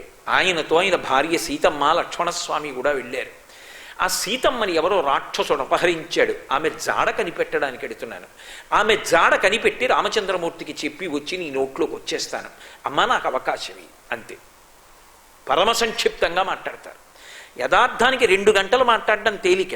5 నిమిషాల్లో మీరు చెప్పాలనుకున్నది చెప్పండి అంటే చెప్పగలగడం ప్రజ్ఞ, చాలా కష్టం. కానీ 5 నిమిషాల్లో 2 గంటల్లో చెప్పవలసిన దాని సారాంశాన్ని చెప్పగలిగాడు అనుకోండి, వాడు ప్రజ్ఞావంతుడు. సమయాన్ని బట్టి మాట్లాడగలగాలి. కాబట్టి పరమ సంక్షిప్తంగా రామకథ చెప్తారు. అయం వాతాత్మజ శ్రీమాన్ ప్లవతే సాగరోపరి అని వాళ్ళు చెప్పినా సురసతోటి ఆయన రామకథ చెప్పేటప్పుడు పరమ సంక్షిప్తం 2 శ్లోకాల్లో చెప్పేస్తారంతే. రామోదాచరధిర్నామ ప్రవిష్టో దండకాననం లక్ష్మణేన సహభ్రాత వైదేహ్యా చాపి భార్యయా అథవా మైథిలీం దృష్ట్వా రామంచాక్లిష్టకారిణం ఆగమిష్యామితే వక్త్రం సత్యం ప్రతిశృణోమితే. అమ్మా నా మాట సత్యం నమ్మమ్మా అన్నారు. ఆవిడంది ఈ మాటలన్నీ వద్దు, నా నోట్లో ప్రవేశించవలసింది. ఓ అలాగా అమ్మా, నన్ను పట్టగలిగినంత నోరు తెరు. మరి ఆయన శరీరం పట్టద్దు, ఆడు పెద్ద నోరు తెరిచి ఆయన చటుక్కున ససింఖ్యప్యాత్మనక్కాయం బభూవా అంగుష్ఠమాత్రక తన శరీరాన్ని బొటన వేలంత చిన్న చేసేశారు. చేసేసి చటుక్కున లోపలికి వెళ్ళారు, బయటకు వచ్చేశారు. అమ్మా నువ్వు నీ నోట్లోకి రమ్మని అడిగావు, నోట్లోకి వచ్చాను, బయటకు వచ్చేసాను. కాబట్టి ఏమడిగామో అది పూర్తి చేసేసానా లేదా? పూర్తి చేసేసాను. కాబట్టి అమ్మ దారి వీడు బయలుదేరుతున్నాను అన్నారు. ఆవిడంది అబ్బబ్బబ్బా ఎంత తెలివైన వాడివిరా నాయన. అందులో విచిత్రం ఏమిటో తెలుసా? ఆవిడ్ని ఉద్దేశించి మాట్లాడుతూ ఓ మాట అన్నారు, దాక్షాయణి నమోస్తుతే అన్నారు. దాక్షాయణి నీకు నమస్కారం అన్నారు. అని ఆయన బయటకు వచ్చి నిలబడితే దారి విడిచి ఆవిడంది, అర్ధసిద్ధ్యై హరిశ్రేష్ట గచ్చ సౌమ్య యథాసుఖం సమానయిష్వ వైదేహీం రాఘవేణ మహాత్మన. సీతారాముల్ని కలిపినవాడు స్వామి హనుమే అన్న శాశ్వతమైన కీర్తిని మూటకట్టుకోరా నాయన, శుభం భూయాత్ వెళ్ళి. అది మహానుభావుడి ప్రజ్ఞ. ఎక్కడ ఎలా మాట్లాడాలో అలా మాట్లాడతారు. దాక్షాయణి నమోస్తుతే ఏమిటి? వచ్చింది సురస కదా, సురస రాక్షసిగా రూపంలో వచ్చింది కదా, మరి దాక్షాయణి ఎందుకయింది? మహర్షి అంతకన్నా ఏం చెప్పలేదు సుందరకాండలో, మీరు జాగ్రత్తగా గమనించాలి. సురస అన్నది పరమ కళ్యాణప్రదమైనటువంటి పేరు, మంచి రసము కలిగినది అంటే మంచి సారవంతమైనటువంటిది అని దాని అర్థం. సురస అంటే ఎవరి సురస? ఒక మాట ఉంది రామాయణంలో, ఆమె నాగమాత అని. నాగమాత ఎవరు? కద్రువ, కశ్యప ప్రజాపతి యొక్క భార్య. కశ్యప ప్రజాపతికి ధరణీదేవి అనబడేటటువంటి ఆవిడ యొక్క కుమార్తె అయినటువంటి కద్రువతో వివాహమైంది. కశ్యప ప్రజాపతికి కద్రువకి కలిగినటువంటి సంతానమే నాగులు. 1000 మంది నాగులు పుట్టారు. అందులోనే తక్షకుడు మొదలైనటువంటి వాళ్ళందరూ, ఆదిశేషుడు మొదలైన వాళ్ళందరూ ఆవిడ సంతానంలోనే వాళ్ళే. ఆ పైన ఉన్న భార్య వినత. వినత యొక్క పుత్రుడు వైనతేయులు. వైనతేయుల్లో ప్రధానుడు గరుత్మంతుడు. 2వ వాడు అనూరుడు, సూర్యరథాన్ని నడుపుతుంటాడు అనూరుడు. ఇప్పుడు మీరు బాగా పట్టుకునే ప్రయత్నం చెయ్యండి. ఈ కద్రువ కశ్యప ప్రజాపతి యొక్క 2వ భార్య నాగమాత. ఆమెకే సురస అని పేరు. ఈవిడ గరుత్మంతుణ్ణి పరీక్షించింది ఒకప్పుడు. ఎందుకని? అమృతాన్ని తీసుకొచ్చిస్తే తప్ప నీ తల్లిని దాస్యం నుంచి విముక్తి చెయ్యను అంది మహాభారతం ఆదిపర్వంలో కథ. ఎవరు గరుత్మంతుడు? గరుత్మంతుడు శ్రీ మహావిష్ణువుకి వాహనం. హనుమంతుడెవరు? రామచంద్రమూర్తికి వాహనం. రామచంద్రమూర్తి ఆయన భుజాల మీద కూర్చుంటూ ఉంటారు. రాముడికి వాహనం హనుమ, విష్ణువుకి వాహనం గరుత్మంతుడు.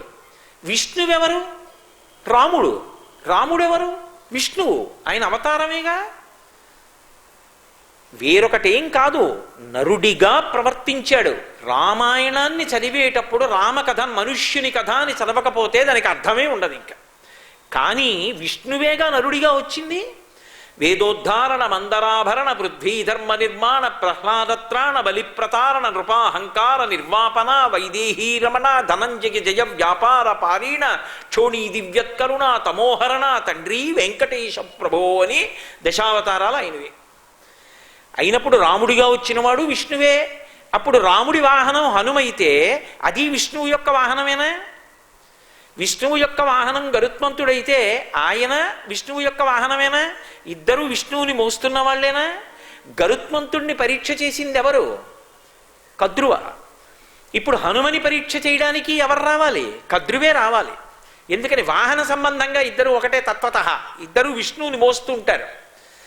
అందుకే ఇంకా గరుత్మంతుడు మోస్తే ఆతతపక్షమాతురవ్రైకంపిత ఘూర్ణితాచల వ్రాత మహర్ణవుండు అంటారు భారతంలో. రెక్కలు అల్లారుస్తూ వేదనాదంతో పెడతాడు. హనుమ మోస్తున్నారనుకోండి ఇలా ఉంటాడు. మీరు ఎప్పుడైనా హనుమద్వాహనం చూసి ఉంటారు. హనుమద్వాహనం మోసేటప్పుడు ఏదో బలంతో ఇలా నడుం మీద చేతులు పెట్టుకునో లేకపోతే ఇలా ఏదో పట్టుకునో ఉండదు, ఇలా ఉంటాడు.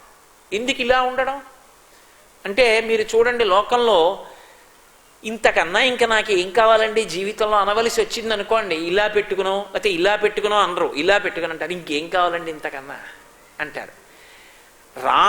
రాముడు సీతమ్మ తన భుజాల మీద కూర్చుంటే వహిస్తున్న హనుమ ఇలా ఉంటారు. అంటే నాకు ఇంతకన్నా ఏం కావాలి, చాలు సీతారాముల్ని వహించడమే నా జన్మకి కృతార్థత. ఆయన వాహనంగా మురిసిపోతారు హనుమ. అందుకే హనుమద్వాహనం మీద మంగళవారం నాడు వెడితే అది మరింత ప్రత్యేకత. విష్ణువు హనుమద్వాహనం మీద వెడితే మంగళవారం దానికి ఒక పూర్ణత్వం ఉంటుంది. కాబట్టి మహానుభావుడైనటువంటి హనుమ విష్ణువు యొక్క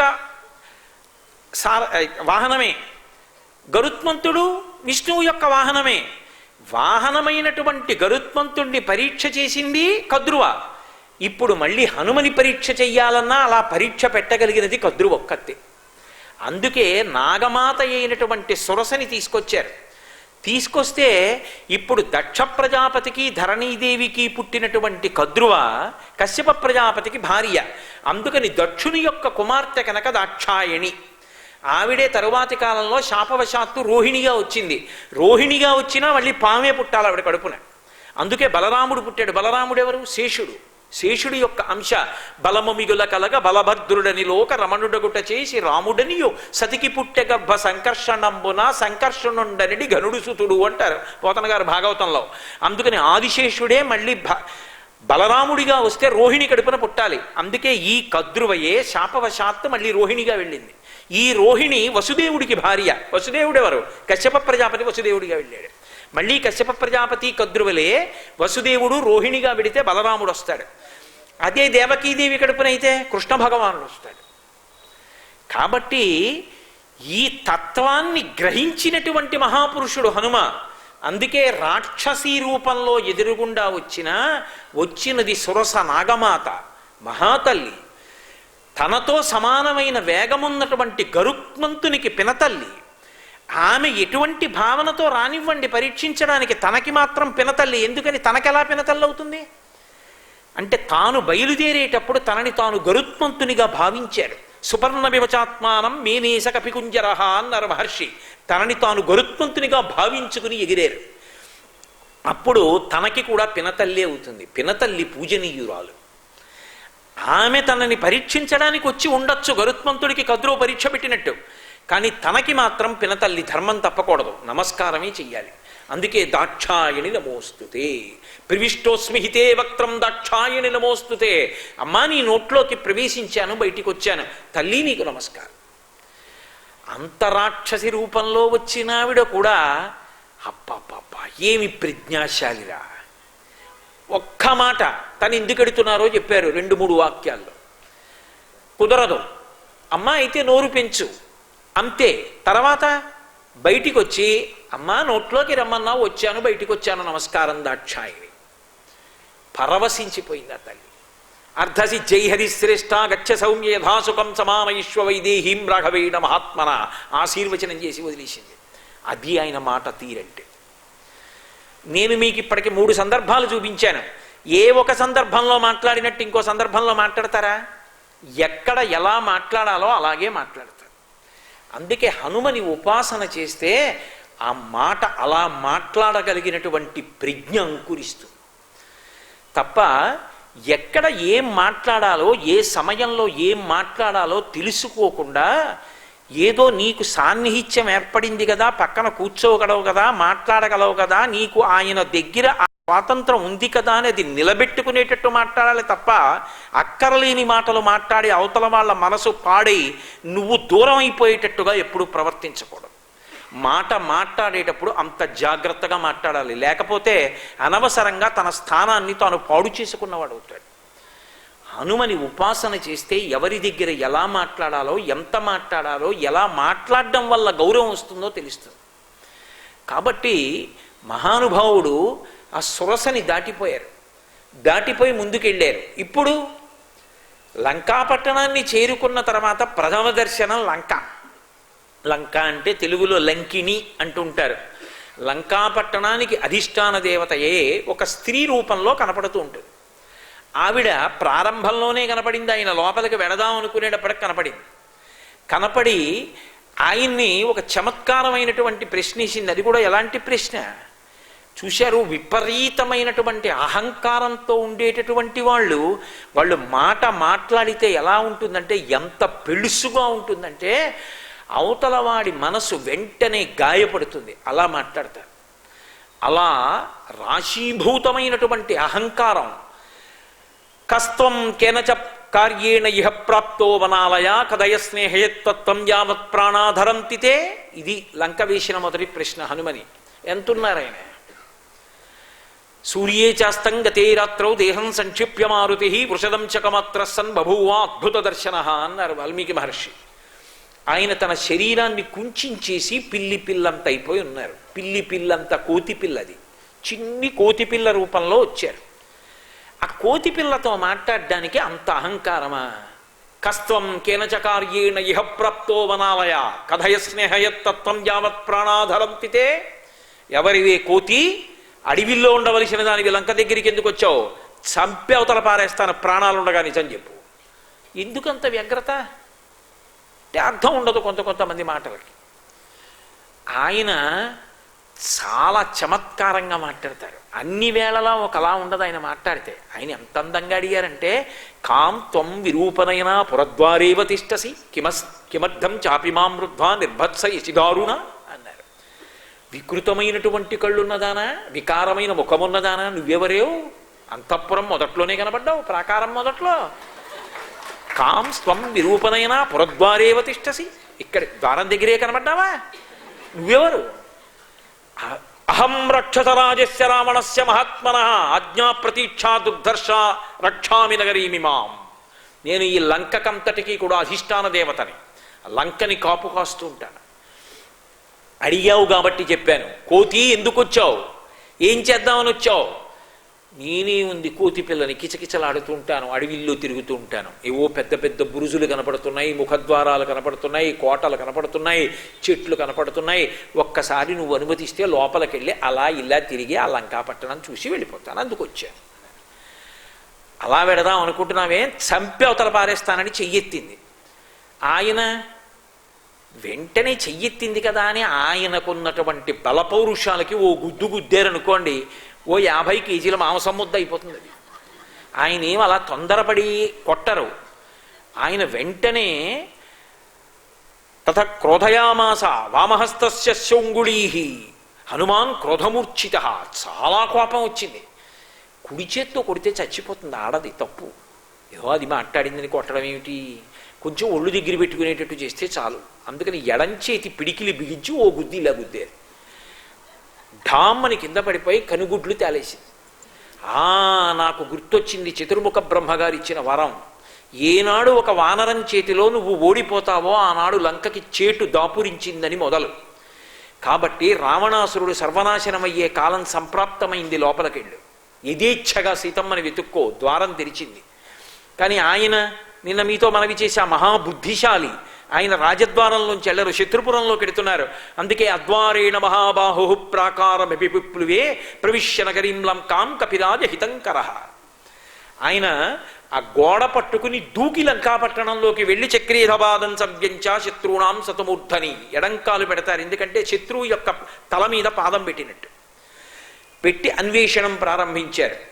ప్రారంభించి సీతమ్మ కోసమని అన్వేషణ చేస్తూనే ఉన్నారు. చతురంగుళ మాత్రోపినావకాశస్య విద్యతే రావణాంతఃపురే తస్మిన్ యంకపిర్న జగాయ సహా. 4 అంగుళాలు విడిచిపెట్టకుండా లంకంతా వెతికేశారు. సీతమ్మ తల్లి జాడ కనిపెడలేదు. ఆఖరికి ఇక తెల్లవారుతోంది అన్న సమయంలో సీతమ్మ తల్లిని అశోకవనంలో శింశుపావృక్షం కింద చూశారు. ఆ తల్లి దర్శనం పొందడం ఏమిటి? పరమానందంతో కన్నుల వెంట నీళ్లు కారిపోయాయనికి. ఆనంద భాష్పాలతోటి నోటి వెంట మాట కూడా రాలేదు. శరీరమంతా రోమాంచితమై వెంట్రుకలు నిక్కపొడుచుకొని ఆనందంతో అలా ఉండిపోయారంతే. అది సిద్ధి సర్గ అంటారు. హనుమకి సీతమ్మ తల్లి దర్శనమైనటువంటి సర్గ చదివితే సిద్ధి సర్గ, అది చదివితే సుందరకాండ అంతా చదివేసినట్టే. అలాగే రెండో సిద్ధి సర్గ సీతమ్మ హనుమని చూసిన సర్గ, అది చదివినా కూడా సుందరకాండ అంతా చదివేసినట్టే, సుందరకాండంతా వినేసినట్టే. కాబట్టి ఇప్పుడు మీరు ఏం చేసినట్టు, కిష్కింధకాండలో కొంత భాగం, సుందరకాండలో సగం వినేసినట్టు అప్పుడే. కాబట్టి శింశుపావృక్షం మీద కూర్చుని కింద ఉన్నటువంటి సీతమ్మ తల్లి దర్శనం చేసి పరమానందాన్ని పొందారు. అక్కడ వరకు బాగానే ఉంది. హనుమ జీవితంలో కూడా ఒక పెద్ద అగ్ని పరీక్ష వచ్చింది. దానికి అనేక తత్వాల్ని అంటకలపడం కాసేపు ఆపేయండి, కథాపరంగా ఆలోచించండి. రామాయణం మధురమైన కథ.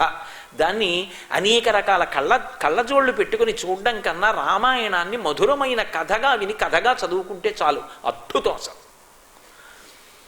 ఇంత కష్టపడి వచ్చారు, ఆ సీతమ్మని చూసి పొంగిపోయారు. అబ్బా ఏమి సీతమ్మ!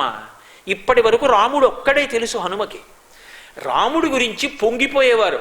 ఇవాళ సీతమ్మని చూశారు, చూశాకన్నారు దుష్కరం కృతవాన్ రామో ఇమాం మత్తకాశినీం సీతాం వినా మహాబాహు ముహూర్తమపి జీవతి. రాముడి గుండె కాదు బండ. ఇటువంటి భార్యని వదిలి అసలు ఇంతకాలం ఎలా బ్రతికున్నాడన్నారు.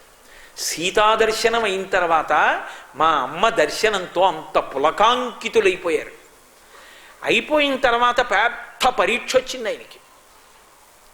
తీరా సీతమ్మని చూశాను అనుకుంటున్నారు పాపం. అకస్మాత్తుగా ఆవిడేం చేసిందంటే, నేను ఎంత ప్రయత్నించినా ఇక నాకు రామదర్శనం అయ్యే అవకాశం కనపట్టలేదు. నూనం సకాలో మృగరూపధారీ మామల్ప భాగ్యాం లులుభేతదానీం యత్రార్యపుత్ర విసర్జమూఢా రామానుజం లక్ష్మణ పూర్వజంచ. కాలము నన్ను మోసగించడానికి బంగారు జింక రూపంలో వచ్చింది. వచ్చి నేను మూఢురాలనై ముందు లక్ష్మణుణ్ణి విడిచిపెట్టేశాను. ఆయన మాట వినలేదు. ఆ లక్ష్మణుడి మాట వినకపోవడం వల్ల లక్ష్మణుడి కన్నా ముందు పుట్టిన రాముడు విడిపోయాడు. తర్వాత లక్ష్మణస్వామి దూరం అయిపోయాడు. ఇదిగో ఈ కష్టంలో పడిపోయాను. నూనం సకాలో మృగరూపధారీ మామల్ప భాగ్యాం లులుభేతదానీం యత్రార్యపుత్ర విసర్జమూఢా రామానుజం లక్ష్మణ పూర్వజంచ. ఇద్దరికీ దూరం అయిపోయాను. ఆ తర్వాత రాముడొస్తాడని గొప్ప తపస్సు చేశాను. ఆ తపస్సు ఎటువంటి తపస్సు? నియమశ్చ ధర్మే పతివ్రతాత్వం విఫలం మమేదం కృతం కృతఘ్నీష్వివ మనుషాణం అంది. కృతఘ్నుడైన మనుష్యునికి ఉపకారం చేస్తే వాడు మరిచిపోయి తిరిగి ప్రత్యుపకారం ఎలా చెయ్యడో అలా రాముడి కోసం నేను చేసినటువంటి తపస్సు అంతా వృధా అయిపోయింది. రాముడు రాలేదు కాబట్టి ఇక నాకు బ్రతకడానికి ఇష్టం లేదు, కాబట్టి నేను చచ్చిపోతాను. చచ్చిపోవడానికి అక్కడ విషం ఇచ్చేవాడెవరు, కత్తిచ్చేవాడెవరు? ఎలా చచ్చిపోతుంది? అందుకని సీతాథ వేణ్యుద్గ్రథనం గృహీత్వా ఉద్బధ్య వేణ్యుద్గ్రథనేన శీఘ్ర ఉపస్థితా సా మృదు సర్వగాత్రి శాఖా గృహీత్వా ధనగస్య తస్య అన్నారు మహర్షి. దీర్ఘమైనటువంటి కేశపాశం. తాం నీలకేశీం బింబోష్ఠీం సుమధ్యాం సువ్యవస్థితాం అంటారు. హనుమ శిశుపావృక్షం నుంచి చూస్తూ అంత పెద్ద కేశపాశం ఆవిడది. ఆ జుత్తు తీసి తన కంఠానికి ఉరిపోసుకుని పూసిన శిశుపావృక్షపు కొమ్మ ఒకటి కిందకి ఉంచి ఆ చెట్టుకేసి జుత్తు కట్టేసుకుంది. ఆ కొమ్మ వదిలేసిందా? ఉపవాస కృషాం దీనాం, ఉపవాసముల చేత కృషించిపోయి ఉందా తల్లి. శరీరం తేలిపోయిందా? కంఠానికి జుత్తు ముడిపడిపోయిందా? శరీరం వదిలిపెట్టేస్తుంది. ఎవరున్నారు చెట్టు మీద? పిల్లంత రూపంతో ఉన్నారు హనుమ. ఆయన అనుకోలేదు అలా జరుగుతుందని. ఆవిడ అకస్మాత్తుగా శరీరం విడిచిపెట్టడానికి సిద్ధపడింది. మహర్షి ఓ అద్భుతాన్ని ఆవిష్కరించారు. తస్యాశుభం వామమరాళపక్ష్మ రాజీవృతం కృష్ణ విశాల శుక్లం ప్రాసందతైకం నయనం సుకేశ్య మీనాహతం పద్మమివాభితామ్రం అన్నారు. ఆ తల్లి కన్ను అదిరిందిట, ఎడం కన్ను ఆడవారికి అదిరితే శుభం, మగవాడికి కుడి కన్ను అదిరితే శుభం. ఆమె ఎడమ కన్ను అదిరింది, ఎడమ భుజం అదిరింది, ఎడమ తొడ అదిరింది. ఎడమ కన్ను అదిరిందన్నారు మహర్షి. ఎంత అందంగా చెప్పారంటే అమ్మవారి కన్ను అదిరితే ఎంత అందంగా అదిరిందంటేట, బాగా లోతైనటువంటి నీటితో కూడుకుని ఉన్నటువంటి ఒక సరోవరంలో ఒక ఎర్రటి తామర నీటి మీదకి వచ్చి విచ్చుకుంటే ఆ తామర పువ్వుని మోస్తున్నటువంటి కాడ నీటి లోపలికి ఉంటే, ఆ నీటి పైన ఉన్నటువంటి తామర పువ్వుని మోస్తున్నటువంటి కాడ పక్కకి నీటి లోపల వచ్చి ఒక చేప నిలబడి కాసేపు మళ్ళీ ప్రయాణం ప్రారంభించినప్పుడు తన తోకని ఇలా ఊపితే ఆ తోక వచ్చి కాడ కొట్టుకుంటే, కాడ కదిలితే కాడ మీద ఉన్న తామర పువ్వు నీటి మీద ఇలా కదిలితే ఎంత అందంగా కదులుతుందో అమ్మవారి కన్నలా కొట్టుకుంది. తస్యాశుభం వామమరాళ పక్ష్మ రాజీవృతం కృష్ణ విశాల శుక్లం ప్రాసందతైకం నయనం సుకేశ్య మీనాహతం పద్మమివాభితామ్రం. బా, ఏమి అద్భుతమైన ఉపమానాలు! వాల్మీకి నుంచి కదండి కాళిదాస మహాకవి నేర్చుకున్నాడు. కాబట్టి అలా అమ్మవారి కన్నదిరింది. కానీ ఈయన పైన కూర్చున్న ఆయనకి కంగారు వచ్చేసింది. ఇంత కష్టపడి ఇన్ని దిక్కులకు ఇన్ని వానరాలు వెళ్ళాయా? స్వయంప్రభా బిలంలో ఉండిపోయారా? దక్షిణ దిక్కుకు వెడదామనుకున్న వానరుల్లో 100 యోజనముల లవణ సముద్రాన్ని లంఘించలేక ఎన్నో వానరములు అవతల వైపు ఉండిపోయా. తన మీద ప్రాణాలు పెట్టుకుని వానరులందరూ ఒంటికాలు మీద నిలబడి ఉన్నారా? తానొక్కడు 100 యోజనముల సముద్రాన్ని దాటి వచ్చాడా? ఇంత అన్వేషణ చేసి తెల్లవారుజామున చించుపావృక్షం మీద కూర్చుని సీతమ్మ తల్లి యొక్క దర్శనం చేసి పరవశించిపోతున్నాడా? తన కళ్ళ ముందు సీతమ్మ ప్రాణాలు విడిచిపెట్టేస్తే తిరిగి తాను వెనక్కి వెళ్ళిన తర్వాత రామచంద్రమూర్తితో ఏమని చెప్తాడు? సీతమ్మ ఎలా ఉంది అంటే నేను చూశాను బాగుంది, తర్వాత మరణించిందని చెప్తాడా? ఎలా మాట్లాడ్డాం? తాను మనుష్య భాషలో మాట్లాడితే రావణాసురుడు ప్రచ్ఛన్న వేషంలో వచ్చాడని మరింత బురి బిగించుకుంటుంది. తాను గట్టిగా మాట్లాడితే రాక్షసులందరూ కాపు కాస్తి ఉన్న వాళ్ళు నిద్రలేస్తారు. లంబకర్ణ లలాటంచ లంబోదర పయోధరాం లంబోష్ఠీం లంబచబుకాం లంబాస్యాం లంబజానుకాం అటువంటి వాళ్ళందరినీ కాపలా పెట్టాడు. కొంతమందికి పెదవి జారిపోయింది, కొంతమందికి చెవి జారిపోయింది, కొంతమందికి కడుపు జారిపోయింది, కొంతమందికి ముక్కు జారిపోయింది. అటువంటి వికారమైన స్త్రీలు పరివేష్టించి ఉన్నారు. వాళ్ళు నిద్రలేస్తే అంతఃపురంలో ఉన్న మిగిలిన రాక్షసుల్ని తీసుకొస్తే వాళ్ళకి తనకి యుద్ధం జరుగుతుంది. ఒకసారి యుద్ధం జరిగిన తరువాత జయాపజయములు విధి నిర్ణీతములు ఎవరికి తెలుసు? ఈలోగా సీతమ్మ కోసం ఎవరో గూఢచారు వచ్చారని తెలిసి సీతమ్మని సంహరిస్తే వెనక్కి వెళ్ళి రాముడికి ఏమని చెప్పను? ఇప్పుడు మరి ఎలా? ఇలా మీనమేషాలు లెక్కిస్తూ కూర్చుంటే సీతమ్మ తల్లి ప్రాణం వదిలేస్తే ఏం మాట్లాడాలి? ఓ పక్క నుంచి చెట్టు కొమ్మకి జుత్తు తిప్పేసింది, కొమ్మ పట్టుకుంది, ఇంకా వదిలేయడానికి సిద్ధంగా ఉంది. ఏవం బహువిధాం చింతాం చింతయిత్వాం మహాకపి సంసర్వో మధురం వాక్యం వైదేహ్యం వ్యజహార అన్నారు మహర్షి. ఇంతటి వాక్యజ్ఞుడు, ఇంతటి అద్భుతమైనటువంటి మాటకారి అటువంటి మహానుభావుడికి ఏం మాట్లాడాలో అర్థం కాలేదు. గిర్ర గిర్ర గిర్ర ఆ కొమ్మల్లో తిరిగేశారు. ఏం మాట్లాడాలో అర్థం కానప్పుడు ఆయన ఒకటే అనుకున్నారు, రామనామం చెప్పినా రామకథ చెప్పినా చచ్చిపోయేవాళ్ళు బ్రతుకుతారు, మృత సంజీవని. ఈ తల్లికి రామనామం చెవిన బిడపడితే పరవశించిపోతుంది. ఈవిడికి నమ్మకం కలగడానికి ఈవిడికి తెలుసున్న కథ ముందు చెప్తాను, తర్వాత తెలియని కథ చెప్తాను. దాని చేత ఈమెకి బ్రతకాలన్న ఆశ కలిగి కంఠానికి పెట్టుకున్న ఉరిని విప్పదీస్తుంది. అందుకని గబగబా కథ మొదలెట్టారు. అలాగని 1.5 సేపు ఉపన్యాసం చెప్తానండి అంటే ఆవిడ ఉంటుందా? సంక్షిప్తంగా చెప్పాలి, అందంగా చెప్పాలి, ఆవిడ చెవిన పడేటట్టు చెప్పాలి, రామనామంతో చెప్పాలి. అందుకే మొదలు పెడుతున్న రాజాదశరథో నామ రథకుంజరవాజిమాన్ పుణ్యశీలో మహాకీర్తి రుజుర్రాశి మహాయశ. పూర్వం కోసల దేశానికి రాజధాని అయినటువంటి అయోధ్య పట్టణాన్ని రాజధానిగా చేసుకుని పరిపాలించినటువంటి ఇక్ష్వాకు వంశ ప్రభవుడైనటువంటి మహాధర్మాత్ముడు, పరమధనవంతుడు, గొప్ప ఐశ్వర్యశాలి, తాను సుఖపడి 10 మందిని సుఖపెట్టినటువంటి వాడు, 4 సముద్రముల మధ్యలో ఉన్నటువంటి భూమండలాన్నంతటినీ ఏలినటువంటి వాడు, ధర్మం తప్పనటువంటి వాడు, సత్యమైనటువంటి పరాక్రమము కలిగినటువంటి వాడు, వేదమునందు విశ్వాసమున్నవాడు, గురువుల్ని సేవించినటువంటి దశరథ మహారాజు గారికి లేక 4 కుమారులు కలిగారు. వాళ్ళ పేర్లు రామలక్ష్మణ భరత శత్రుఘ్నులు.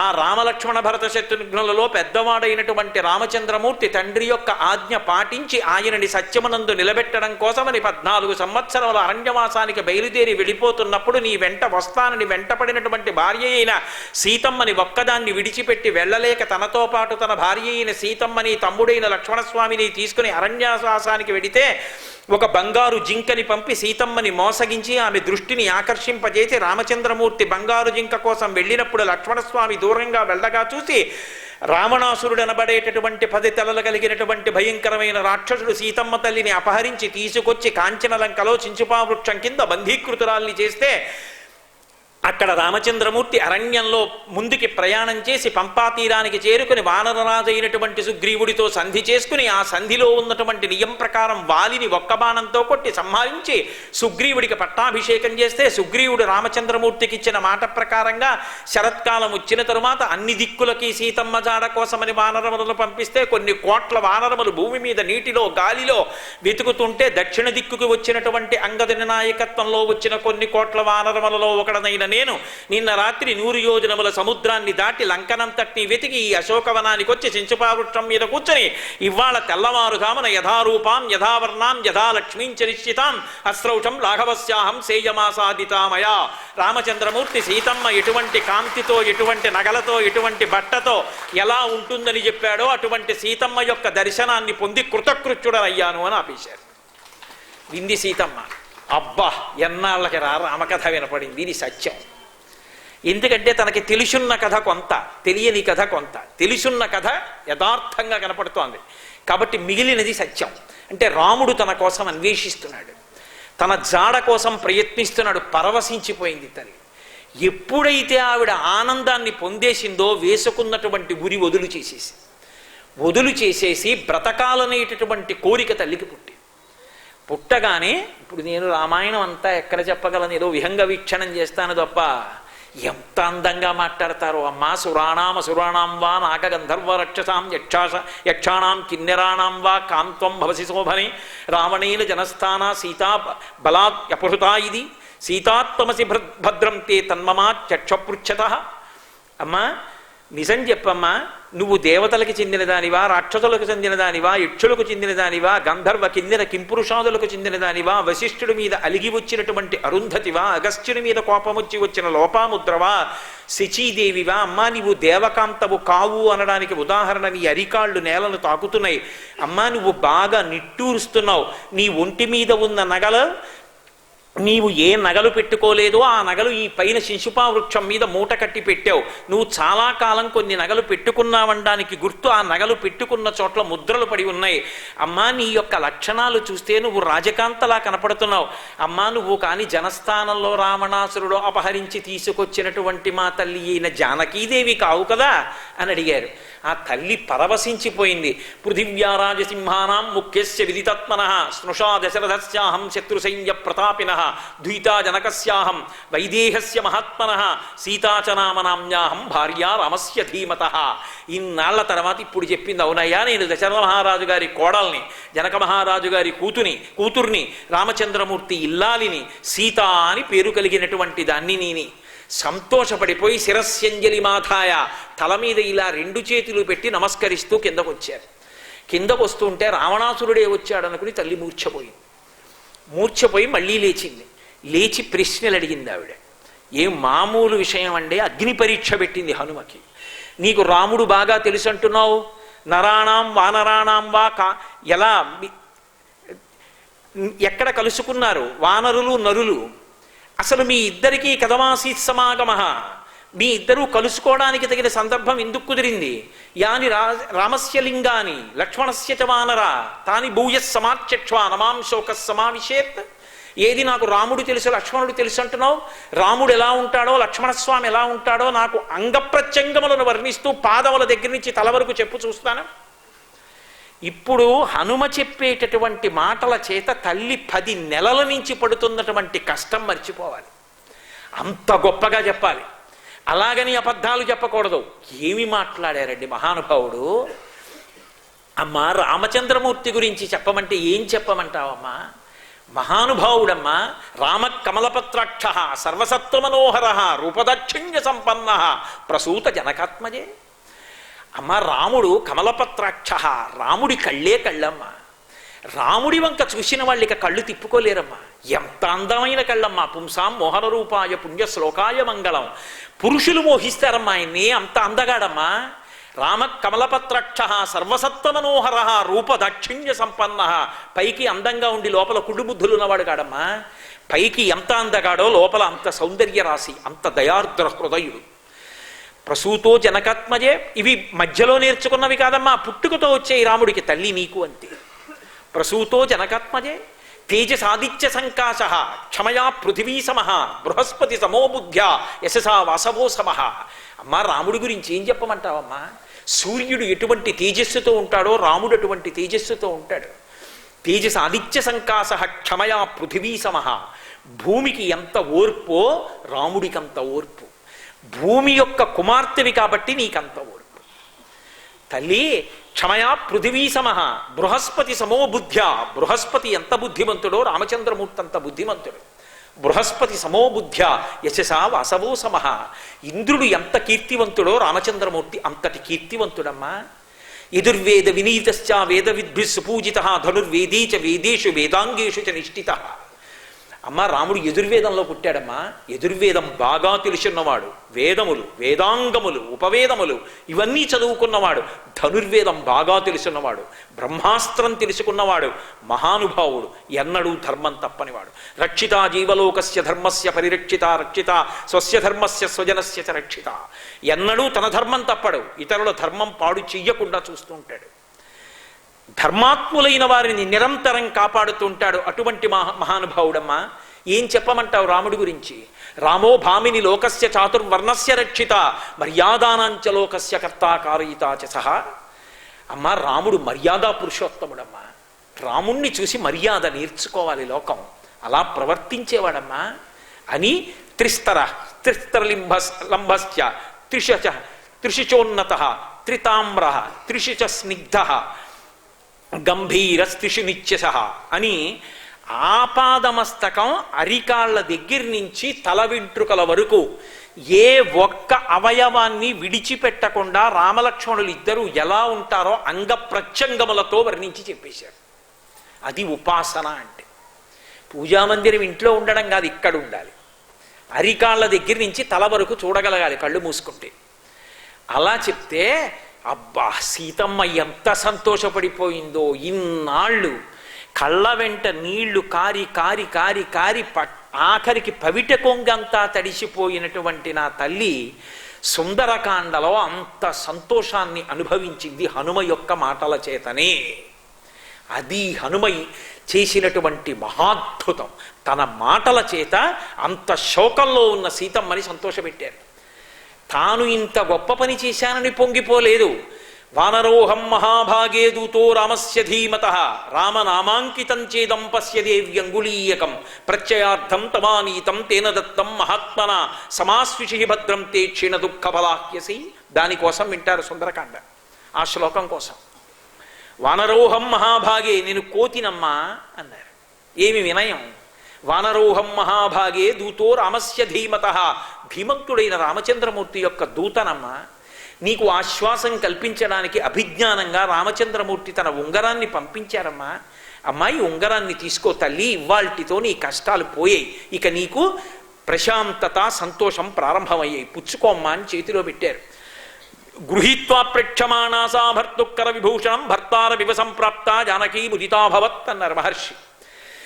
ఇంతకాలం నుంచి రామచంద్రమూర్తి దర్శనం కలగలేదని పరితపించి పరితపించి పరితపించి ఏడ్చి ఏడ్చి ఏడ్చి బాధపడుతున్నటువంటి సీతమ్మ అకస్మాత్తుగా రామచంద్రమూర్తి వచ్చేస్తే సంతోషపడిపోయి తన ముఖం ఎర్రపడిపోతే రాగరంజితమైనటువంటి బుగ్గలతో ఎలా ఉంటుందో అలా ఎర్రబడిన ముఖంతో సిగ్గుపడిపోయి రాముడే వచ్చినంత సంతోషించి ఉంగరాన్ని పట్టుకున్నప్పుడు పరమ సంతోషించినటువంటి సీతమ్మ తల్లి ముఖాన్ని తన మాటల చేత ఆనందపరిచి చూసినటువంటి ఒకే ఒక్క మహానుభావుడు హనుమ ఒక్కరే. వాంగ్మయం మొత్తం మీద ఆయనకి తప్ప ఈ కీర్తి ఎవరికి దక్కల, ఆయనకు ఒక్కరికే దక్కింది.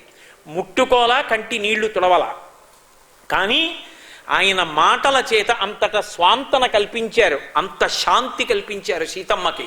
అది ఆయన వాక్ అంటే. అందుకే హనుమ ఎక్కడ ఉంటారో, హనుమకి ఎవరు ప్రదక్షిణం చేస్తారో, హనుమకి ఎవరు నమస్కరిస్తారో అటువంటి వాళ్ళందరికీ కూడా మనశ్శాంతి లభిస్తుంది. అది పరమ ప్రమాణం లోకంలో. ఆయన భక్తుడైన వాడు పాడవడానికి వీల్లేదు, వాడు కాపాడబడి తీరుతాడు. అటువంటి వాడి జోలికి వెళ్ళడం ఎవరి సాధ్యం కాదు. ఆయన చూసుకుంటారు, సర్వదా కాపాడుతుంటారు తన భక్తుడైన వాడిని. కాబట్టి అంతటి మహాత్ముడైనటువంటి హనుమ సీతమ్మ తల్లి ఊరడిల్లేటట్టుగా చేశారు. చేసి అమ్మా ఎందుకమ్మా ఇంత బెంగ పెట్టుకుంటావు, నిన్ను ఇప్పుడే తీసుకెళ్ళి ప్రస్రవణ పర్వత శిఖరముల మీద కూర్చున్న రామచంద్రమూర్తికి అప్పజెప్పేస్తానమ్మా అనేటప్పుడు ఏమిటో పాపం అరణ్యవాసం చేస్తున్నాడు, రాజ్యం పోయింది, సీతమ్మ పోయింది, అమ్మ బెంగ పెట్టుకుని నీరసంగా ఉన్న రామచంద్రమూర్తి దగ్గరికి తీసుకెళ్ళి నిన్ను అప్పజెప్తానమ్మా అనలేదు ఆయన. ఎంత మర్యాదగా మాట్లాడతారో తెలుసా. హనుమ మాట అంటే నేర్చుకోవాలి, చూసి నేర్చుకుంటే వస్తుందా, ఆయన అనుగ్రహం ఉంటే వస్తుంది. అమ్మా ఎలా తీసుకెడతానో తెలుసా నిన్ను రాముడి దగ్గరికి తీసుకెళ్ళేటప్పుడు, నేను హవ్యం ప్రాపయిష్యాయ, నేను హవ్యం హుతమివానవ, అగ్నిహోత్రం ఇంద్రుడికి తీసుకెళ్ళి హవ్యాన్ని ఎలా అందిస్తుందో నిన్ను అలా అందిస్తానమ్మా. యజ్ఞం చేసేటప్పుడు యజ్ఞంలో అగ్నిహోత్రంలో ఇంద్రాయ ఇదం నమమ అనో, లేకపోతే ఇంద్రాయ స్వాహ అనో ఆ చెరువు ఆ పదార్థాన్ని అగ్నిహోత్రంలో వేస్తారు. వేస్తే ఇప్పుడు అగ్నిహోత్రుడు పట్టుకెళ్ళి ఇంద్రుడికి ఇస్తాడు. అగ్నిహోత్రుడు తీసుకుని తర్వాత ఇంద్రుడికి ఇచ్చాడు కాబట్టి అదేమైనా ఎంగిలైందా? ఒకవేళ పదార్థంలో ఏదైనా శుద్ధి లేనితనం ఉంటే అగ్నిహోత్రుడు చేత్తో పుచ్చుకున్నాడు కాబట్టి శుద్ధి అవుతుంది ఆ పదార్థం తప్ప. అమ్మ అగ్నిహోత్రుడు ముట్టుకుంటే పదార్థం ఎలా శుద్ధి అయిందో నేను అంత పరమ పవిత్రంగా తీసుకెడతానమ్మా నిన్ను. అపవిత్ర భావనతో నిన్ను వచ్చి నా భుజం మీద కూర్చోమ్మని నేను అడగట్లేదు తల్లి. ఎంత అందంగా మాట్లాడారో చూడండి. అమ్మా నిన్ను తీసుకెళ్ళి వెంటనే ప్రస్రవణ పర్వత శిఖరముల మీదున్న రాముడికి సమర్పిస్తాను. సమర్పించి శతక్రతమివాసీనం నాగరాజస్య మూర్ధని అంటారు. 100 క్రతువులు చేసి ఇంద్రపదవిలో కూర్చున్నటువంటి ఇంద్రుడు ఎంత ఠీవిగా ఉంటాడో ప్రస్రవణ పర్వతం మీద కూర్చున్న రాముడు అంత ఠీవిగా ఉంటాడు. ఆయనకి నిన్ను సమర్పిస్తానమ్మా. హవ్యం హుతమివానలా, హవ్యాన్ని పట్టుకెళ్ళి అగ్నిహోత్రుడు దేవతలకు అందించినంత పవిత్రంగా అందిస్తానమ్మా, వచ్చి కూర్చో భుజం మీద. ఆవిడంది, హనుమా నువ్వు ఇంతున్నావా, పిల్లి పిల్లంతున్నారు అప్పుడు, నీకో ఇంత భుజమా, దాని మీద నేను కూర్చోనా, బ్రహ్మచారి కదూ, బాధపడ్డారమ్మా నేనంటే ఇంతే అనుకుంటున్నావా, చూడమ్మా నా రూపం ఏమిటో అన్నారు. మేరుమందర సంకాశౌ భబౌ దీప్తా నలప్రభాగ్రతం వ్యవతస్తే చా సీతాయా వనరోత్తమ. మేరు పర్వత శిఖరాలు ఎలా పెరిగిపోతాయో అలా పెరిగిపోయారు. కాల్చిన పెనంలా ఎర్రటి ముఖం, దంస్ట్రలతో పెరిగారు, బలిష్టమైనటువంటి బాహువులు. అమ్మా ఇప్పుడు వచ్చి కూర్చో అన్నారు. ఆ తల్లి బోలెడన్ని కారణాలు చెప్పి ఆఖరణంది భర్తుభక్తిం పురస్కృత్య రామదంద్యస్య వానరాన స్పృశామి శరీరంతో పుంసో వానరపుంగవ. మహాపతివ్రతా ధర్మాన్ని పాటిస్తున్నాదానన కానక నేను నా భర్తని తప్ప ఇతర పురుషుల్ని నా చేతితో స్పృశించను, హనుమా అందుకని రాలేను. ఆయన అన్నారు, అమ్మాయుక్త రూపం స్వయాదేవి భాషితం శుభదర్శనం సదృశం స్త్రీస్వరూపస్య సాధ్వీ వినయస్య చ. అమ్మా నీకు దక్కిందమ్మా ఈ గొప్పతనం, ఇంత కష్టంలో ఉండి కూడా రానన్నావమ్మా. ఇంకొకళ్ళైతే వెంటనే ఎగిరి గంతేసి భుజం మీద కూర్చుని నన్ను దిగబెట్టేద్దు బాబు మా ఆయన దగ్గర అంటారు. కానీ అలా వెళ్ళిపోతే నీ భర్త కీర్తికి అప్రతిష్టని, రావణుడు లేనప్పుడు రావణుడు అపహరించాడు, రావణుడు లేకుండా రాముడు ఎత్తుకుపోయాడంటారని రాముడే రావాలి, రావణుడిని సంహరించాలి, నన్ను తీసుకెళ్లాలన్నావు. అమ్మా నీ వల్ల కదమ్మా రాముడి కీర్తి నిలబడింది, యథార్థం. ఆ తల్లి రాముడు ఇంతకాలం కనపడలేదని ఒక్క క్షణం ఇంకొకలా ఆలోచించిన ఆమె మనసులో రాముడి స్థానం కించిత్ భ్రంశమైన రాముడి కీర్తి నిలబడి ఉండేదా? రాముడి గౌరవాన్ని నిలబెట్టింది మా అమ్మ సీతమ్మ. అందుకే ఎవరు మాట్లాడగలరమ్మా నీలా, ఎంత అద్భుతంగా మాట్లాడారమ్మా. సీతమ్మ ఒక గొప్ప ప్రశ్న వేసిందండి ఆయన్ని. ఏమయ్యా, కచ్చిత్ పురుషకారంచ దైవంచ ప్రతిపద్యతే. హనుమ నేను కనపడలేదని బాధపడి శోకంలో ఉండి అసలు భగవంతుణ్ణి కూడా ప్రార్థన చేయడం మానేశాడా, లేకపోతే భగవంతుడు నాకేం ఉపకారం చేశాడని తన పౌరుషాన్ని ఒక్కదాన్నే నమ్ముకుంటున్నాడా, తన పౌరుషంతో పాటుగా భగవంతుణ్ణి కూడా నమ్మే ప్రవర్తిస్తున్నాడా? ఈ రెండూ కలిసి ఉంటే తప్ప కార్యం చక్కబడదు.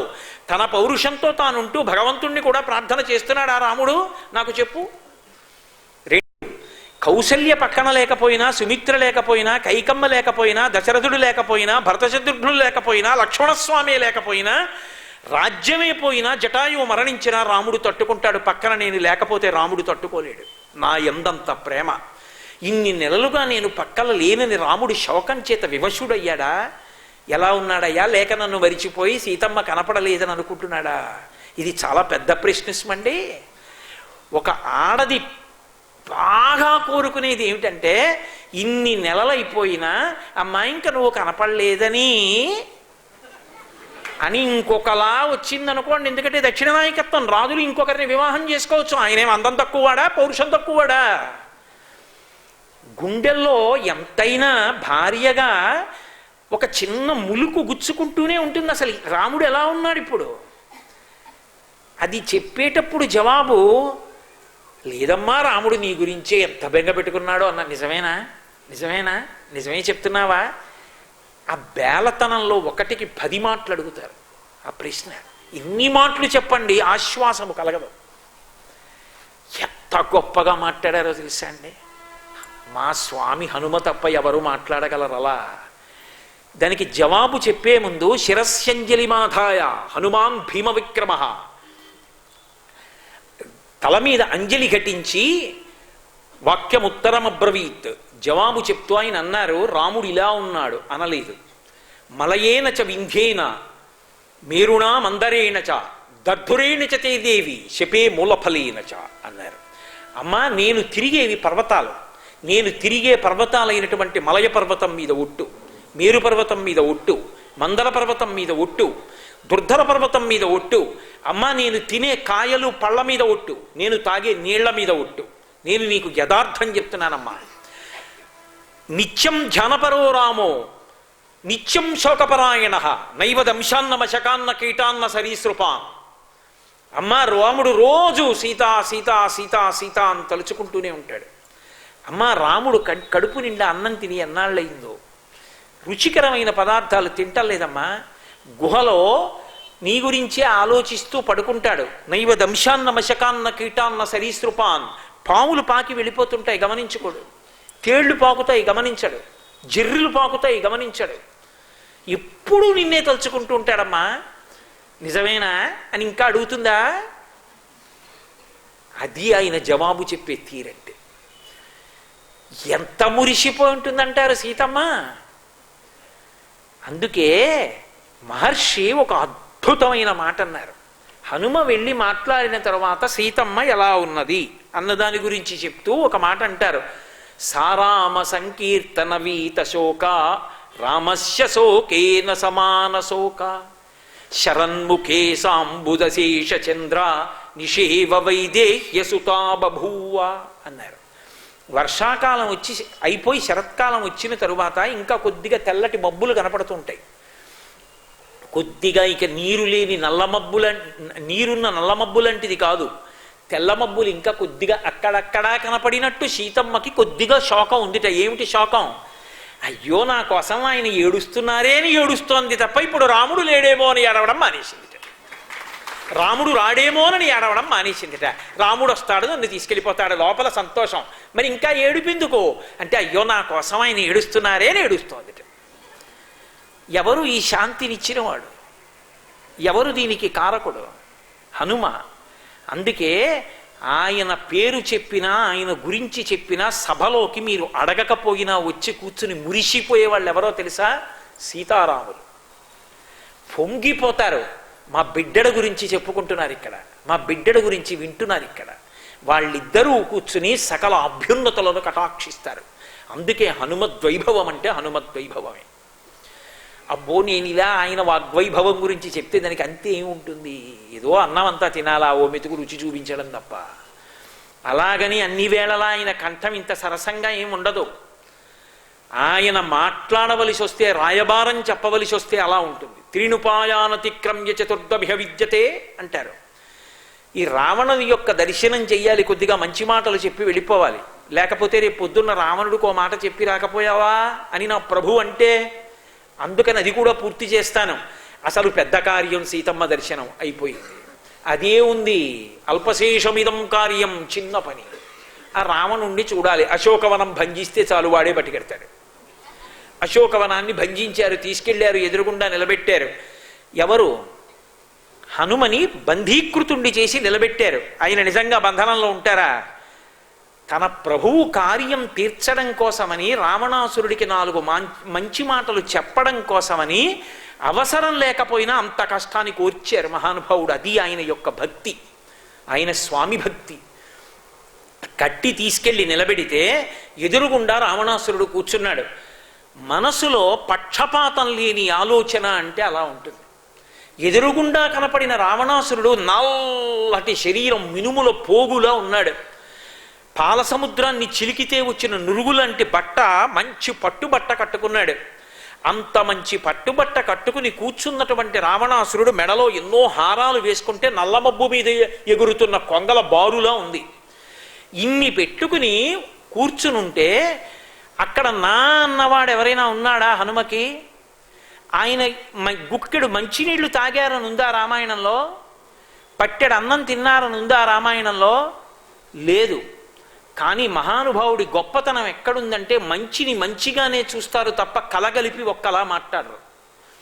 రావణుణ్ణి చూసన్నారు, అహోరూపం అహో ధైర్యం అహో సత్వం అహోద్యుతి అహో రాక్షసరాజస్య సర్వలక్షణయుక్తత అన్నారు.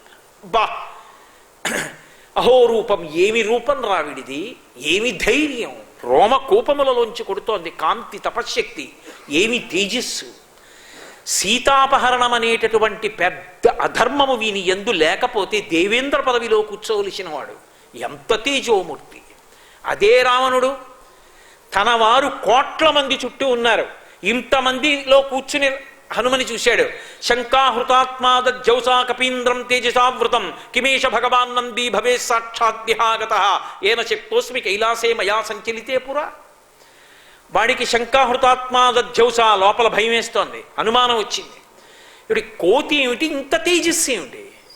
ఒకవేళ నేను కైలాస పర్వతాన్ని కదిలినప్పుడు నా మీద కోపం వచ్చి ఒకనాడు కోతి ముఖంతో వచ్చి కోతులే లంకాపట్టణాన్ని సర్వనాశనం చేస్తాయని చెప్పించినటువంటి నందీశ్వరుడు రాలేదు కదా. కిమేష భగవాన్ నంది భవే సాక్షాద్యహాగత ఏన శప్తోస్మి కైలాసే మయా సంచలితే పురా. రావణుడికి భయం, తన ఊళ్ళో తానుండి. పరాయి ఊళ్ళో ఉండి హనుమకంత ధైర్యం. ఆయన నమ్ముకున్న వాడికి ధైర్యం కాకపోతే ఉంటుంది. కాబట్టి పరమధైర్యంగా వాడు అడగలేదు, నేను అడగడం ఏమిటి? అశోకవన భంజనం చేసినటువంటి వానరాన్ని, పైగా వాడికి కోపం సీతమ్మతో ఈ కోతి కిచకిచలాడిందిట. అది వాడికి కోపం. సీతమ్మతో ఎవరు మాట్లాడకూడదు.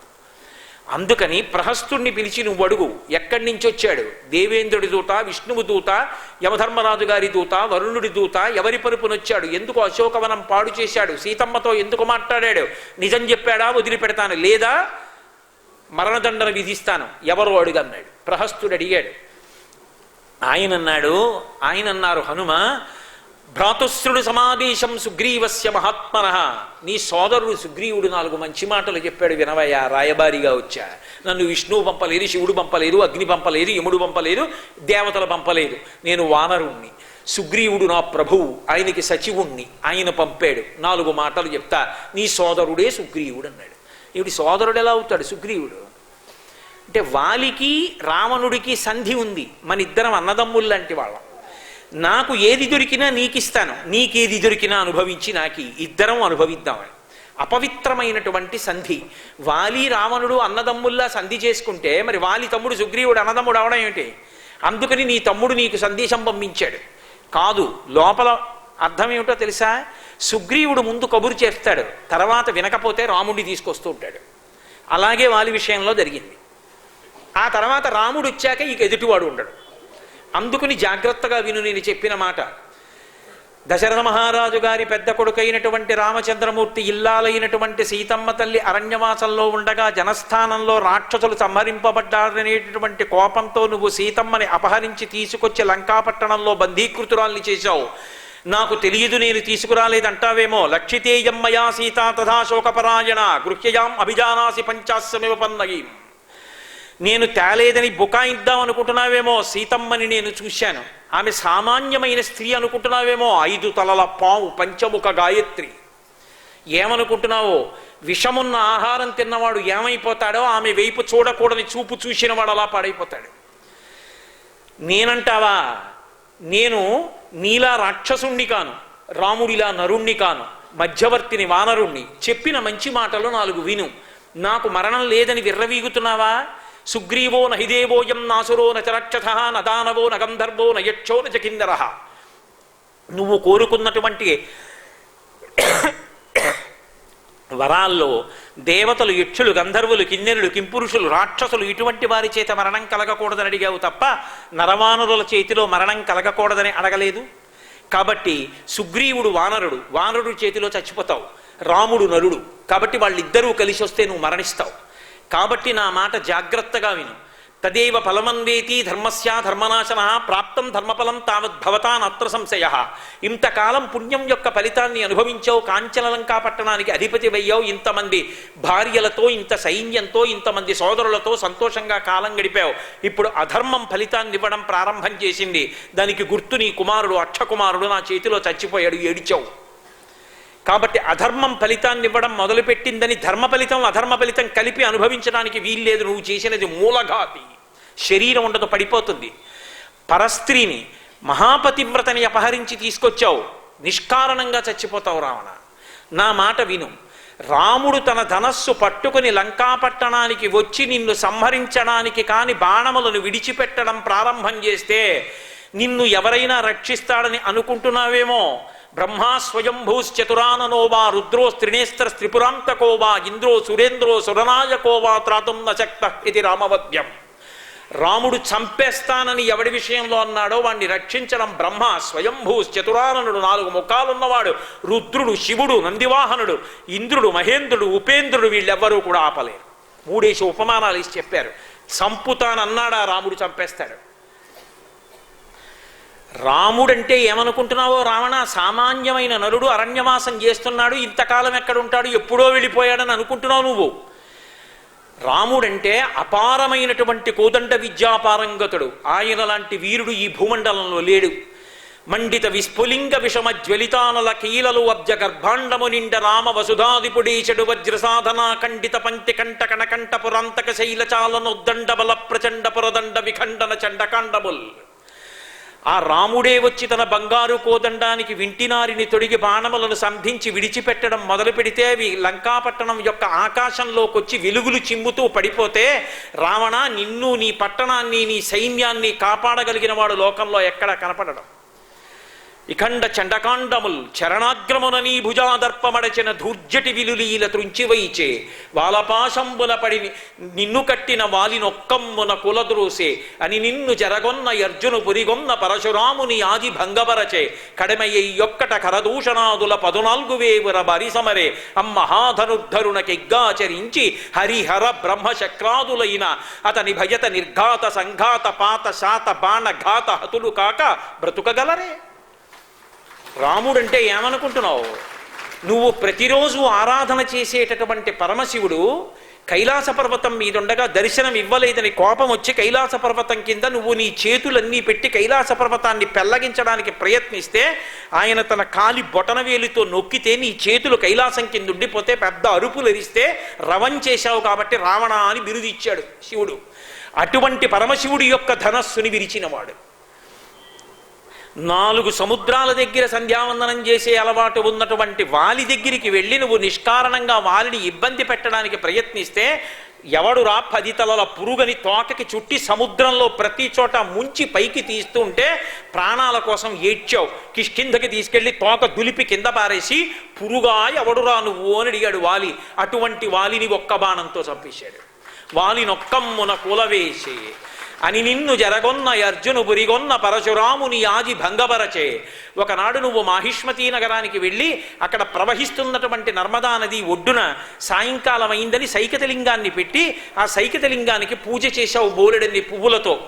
కార్తవీర్యార్జునుడు ఊళ్ళో లేడు. ఆ నర్మదా నది కింద ప్రవాహం దగ్గర తన కాంతలందరితో కలిసి స్నానం చేస్తున్నాడు. ఆయన పత్నులందరూ కోరారు నీ 1000 బాహువులతో ప్రవాహాన్ని అడ్డమని. వెంటనే కార్తవీర్యార్జునుడు తన 1000 చేతులతో ప్రవాహాన్ని అడ్డుకున్నాడు. ప్రవాహం పైకి ఎక్కి ఎక్కి ఎక్కి ఎక్కి ఒడ్డునున్న శివలింగం మీదున్న పువ్వులు కొట్టుకుపోయాయి. నీకు కోపం వచ్చి కార్తవీర్యార్జునుడి మీదకి యుద్ధానికి ఎడితే నువ్వెంతటి వాడివి రాని నిన్ను బంధీకృతుణ్ణి తీసుకెళ్లి చేసి కారాగారంలో పారేస్తే మీ తాతగారు పులశ్చ బ్రహ్మ వచ్చి నిన్ను విడిపించాడు. అటువంటి కార్తవీర్యార్జునుడి యొక్క 1000 చేతులు తన గండ్రగొడ్డలితో నరికేసినవాడు పరశురాముడు. ఆ పరశురాముడి చేతి విష్ణు చాపాన్ని అందుకున్నవాడు రామచంద్రమూర్తి. కాబట్టి 14 ఆ ఒక్క రాముడు జనస్థానంలో 14,000 మంది కరదూషణాదులన్న రాక్షసులు ఎదురుగుండా వచ్చి నిలబడితే ఆయన ఎప్పుడు ధనస్సు పట్టుకున్నాడో, ఎప్పుడు వింటినారికి బాణం సంధించాడో, ఎప్పుడు ఆకర్ణాంతం లాగాడో, ఎప్పుడు విడిచిపెట్టాడో ఎవరికి కనపడలేదు. శూర్పణఖ తెల్లబోయింది. ఎదురుగుండా చచ్చిపోతున్న వాళ్ళు కనపడ్డారు తప్ప ఆయన బాణం వేయడం కనపడదు. అంత వేగంగా తిరుగుతుంది చెయ్య. అందుకు గోపరాజు గారు అంటాడు, బండన భీముడర్తజన బంధవుడు ఉజ్వల బాణతూణ కోదండ కళప్రచండ భుజదండవ కీర్తికి రామమూర్తికిన్ రెండవ సాటి దైవమికలేడునుచున్ గడకట్టి భేరికా దండ డండ దండ నిడదమ్ముల జండము నిండ మత్త వేదండము నెక్కి చాటను దాచరథీ కరుణాపయోనిధి అంటాడు. యుద్ధం వస్తే రామచంద్రమూర్తి యొక్క బాహువులు రుద్రతాండవం చేస్తాయి. అటువంటి రామచంద్రమూర్తి 14,000 మంది రాక్షసుల్ని 1 గంట 48 నిమిషాల్లో పడగొట్టాడు. అటువంటి శౌర్యమూర్తి. అటువంటి రామచంద్రమూర్తితో యుద్ధం చేసి రేపు పొద్దున నువ్వు బ్రతుకుదామని అనుకుంటున్నావా? రాముడి వరకు ఎందుకురా? తురగశ్చందన మత్తవారణ భట స్తోమంబుతో కూడా నీపురి భస్మంబుగ కాల్చి సైనిక సుహృత్పుత్రాన్ని జశ్రేడి నెత్తురు క్రక్కన్ పడగృద్ది చంపి మరి మృత్యుక్రూరతన్ పట్టి నీ శిరములు త్రుంపక నేనే చాలు జయశ్రీ లబ్ధి వర్ధిల్లగన్. నా పిడిగుద్దులతోని ఏనుగుల్ని గుర్రాల్ని నెత్తురు కక్కెట్టు చంపి లంక నాశనం చేసి నీ 10 తలలు గిల్లేస్తా రావణ. ఏమనుకుంటున్నావు? సీతమ్మ అంటే సామాన్యమైన స్త్రీ అనుకుంటున్నావా? నీకంఠర్పిత కాలపాశము. ఆ తల్లి నీ మెడలో పడినటువంటి కాలపాశమని తెలుసుకోరా? లంకౌక సంచయ కాళరాత్రి గళబద్ధోదగ్ర కాళాహి కన్యాగారాగత మృత్యువున్ జనక కన్యన్వేగ నొప్పించి లోకైకత్రాణుని రామునింకనుముని కా బుద్ధి కాకుండినన్ సీతారాముల కోపస్ఫీతానల చిఖల కలయ బెర్చుతూ లంకాభీతవ్రాతము. ఈ లంకనంతటినీ కూడా సీతారాముల యొక్క కోపాగ్ని జ్వాలలు కాల్చకముందే వెళ్ళి రామచంద్రమూర్తి పాదాల మీద పడి క్షమాపణ చెప్పి సీతమ్మతని తిరిగిచ్చేయి, లేదా లంక సర్వనాశనం అయిపోతుంది రావణ. ఎవరు చెప్పగలరు ఇలా? అంతటి రావణుడు హడిలిపోయాడు.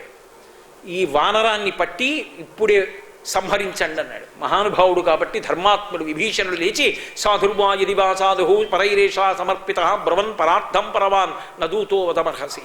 అన్నయ్య, దూతని చంపకూడదన్నయ్య, మిగిలిన శిక్షలు ఇయ్యచ్చు అన్నాడు.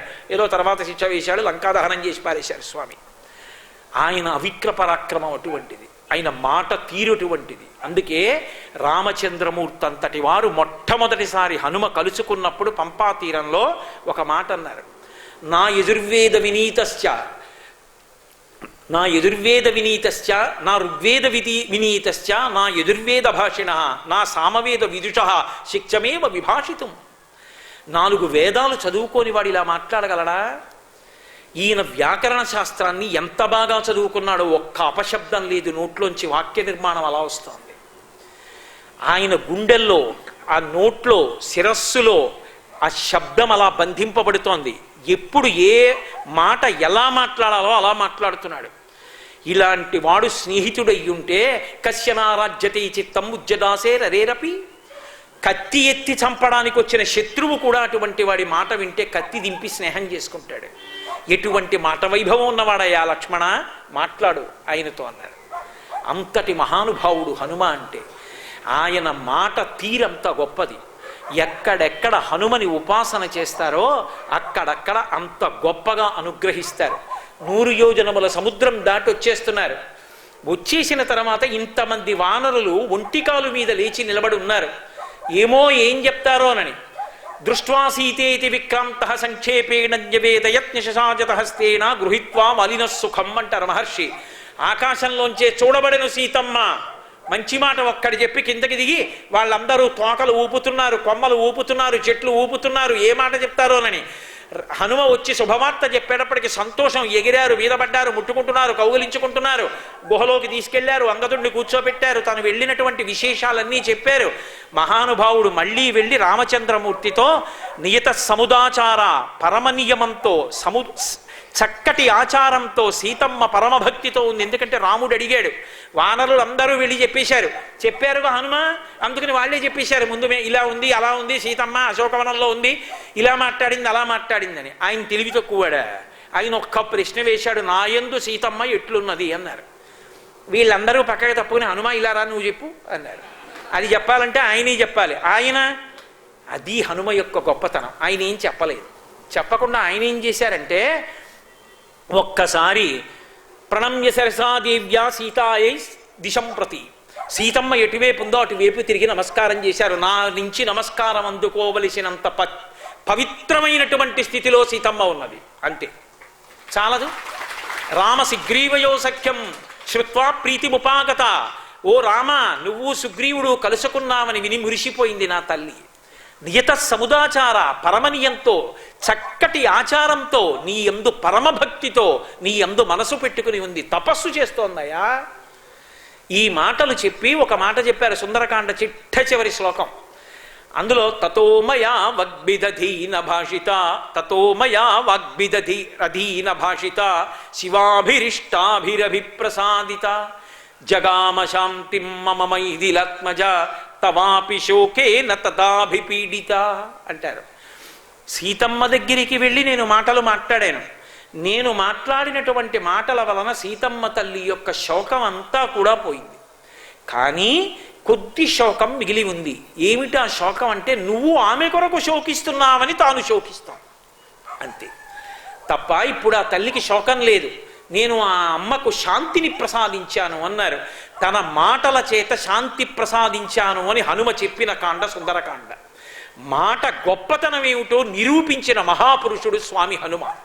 అందుకే హనుమని ఉపాసన చేస్తే అలా మాట్లాడగలిగినటువంటి ప్రజ్ఞ అబ్బుతుంది.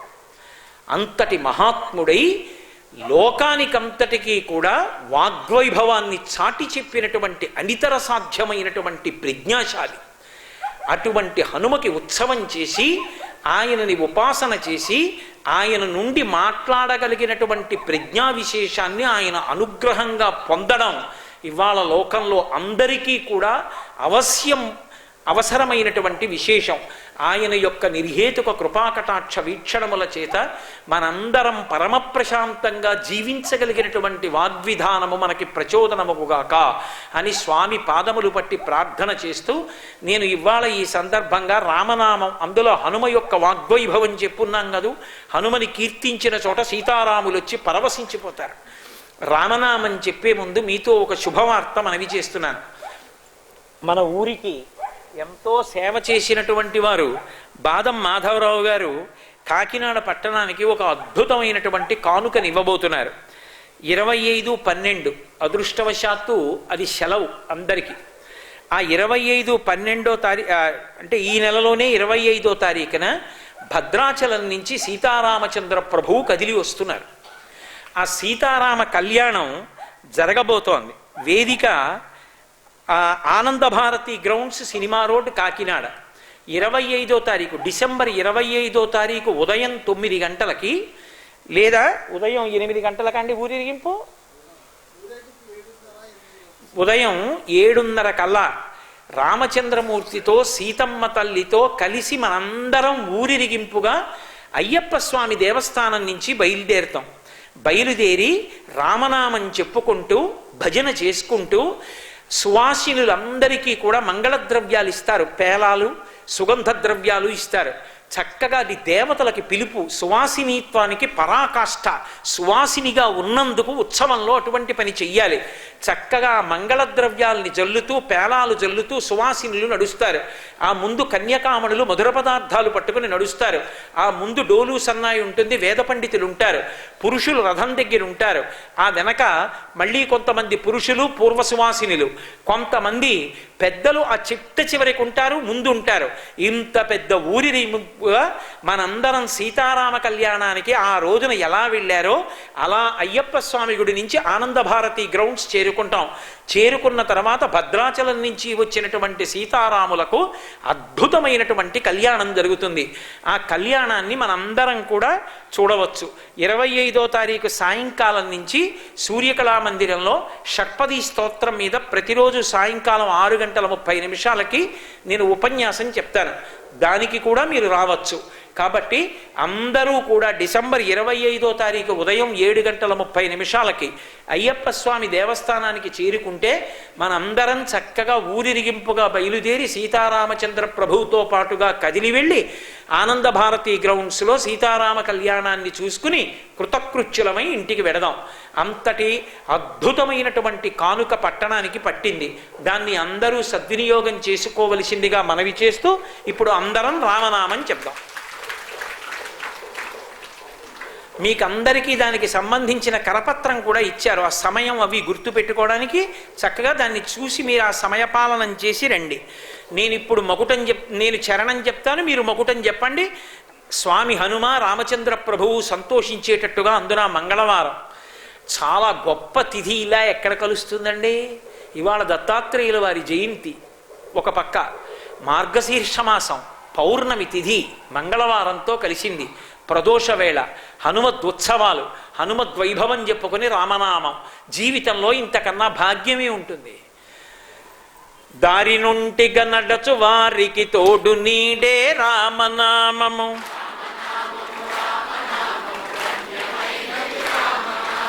పాహి కృష్ణాయనచు ద్రౌపది పలికినది శ్రీరామనామము,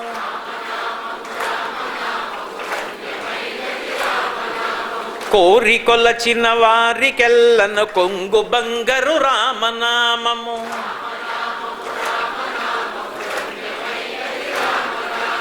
గౌరికిది ఉపదేశ నామము, కమల జుడు జపించు నామము,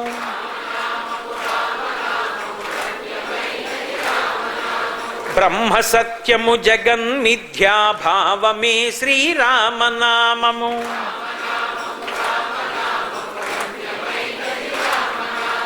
భక్తితో భజించు వారికి మమము,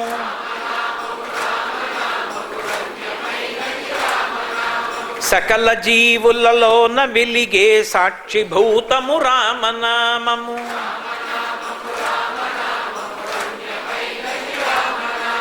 ఆంజనేయుని వంటి భక్తులకు ఆశ్రయము శ్రీరామనామము,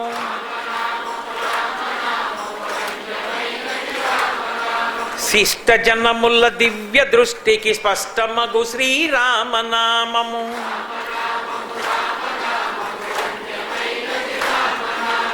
నిర్వికారము నిర్వికల్పము నిర్గుణము శ్రీరామనామము,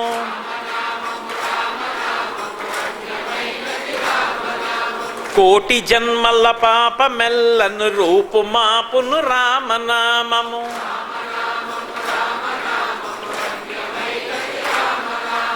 శేషిలారా ఇక్కడికి వచ్చి వాయించు. నిర్మలంబగు శోధ చేసిన నేర్వదగు శ్రీరామనామము,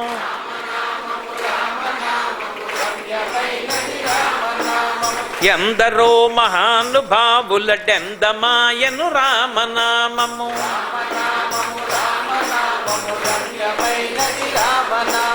తాత వ్రాసిన వ్రాత తుడి చెడి దైవమే శ్రీరామనామము,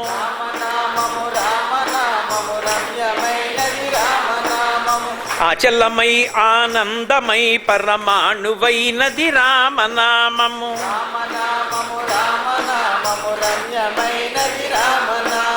తత్వశిఖరమునందు వెలిగే నిత్య సత్యము రామనామము,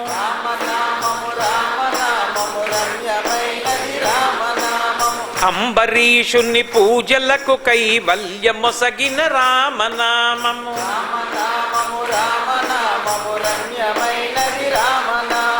బ్రహ్మపుత్రకరాబ్జ వీణా పక్షమైనది రామనామము,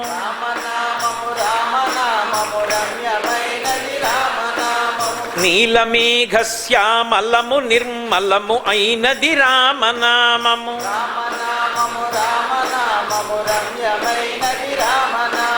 రాక్షసులను తరిమి కొట్టిన నామమే శ్రీరామనామము,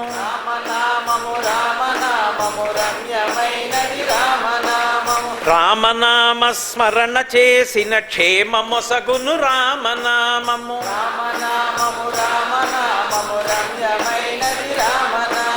తల్లి వలె రక్షించు సుజనుల నెల్ల కాలము రామనామము.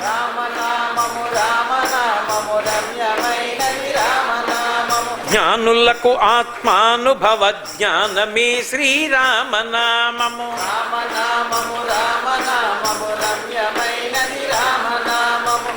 చాలా సంతోషం. మా శేషు భజన చేయిస్తూ ఉంటాడు. ఎంత అందంగా చేయిస్తాడంటే, శ్రీరామనామము పలుకని వారలు అంటాడు. ఏమిటి శ్రీరామనామము పలుకని వారలు? రఘురామనామము పలుకని వారలు అంటాడు. ఏమిటి సీతారామనామము పలుకని వారలు? ఏమిటి వాళ్ళందరూ? ఏమిటి? జీవింపదలచుటే భూభారము అంటాడు. అసలు అలా రామనామం చెప్పనివాడు జీవించాలనుకోవడం భూభారం రా అంటాడు. మీ అందరితో చక్కగా అనిపిస్తాడు. మీ అందరు అంటూ ఉండండి, నేను బయలుదేరుతాను.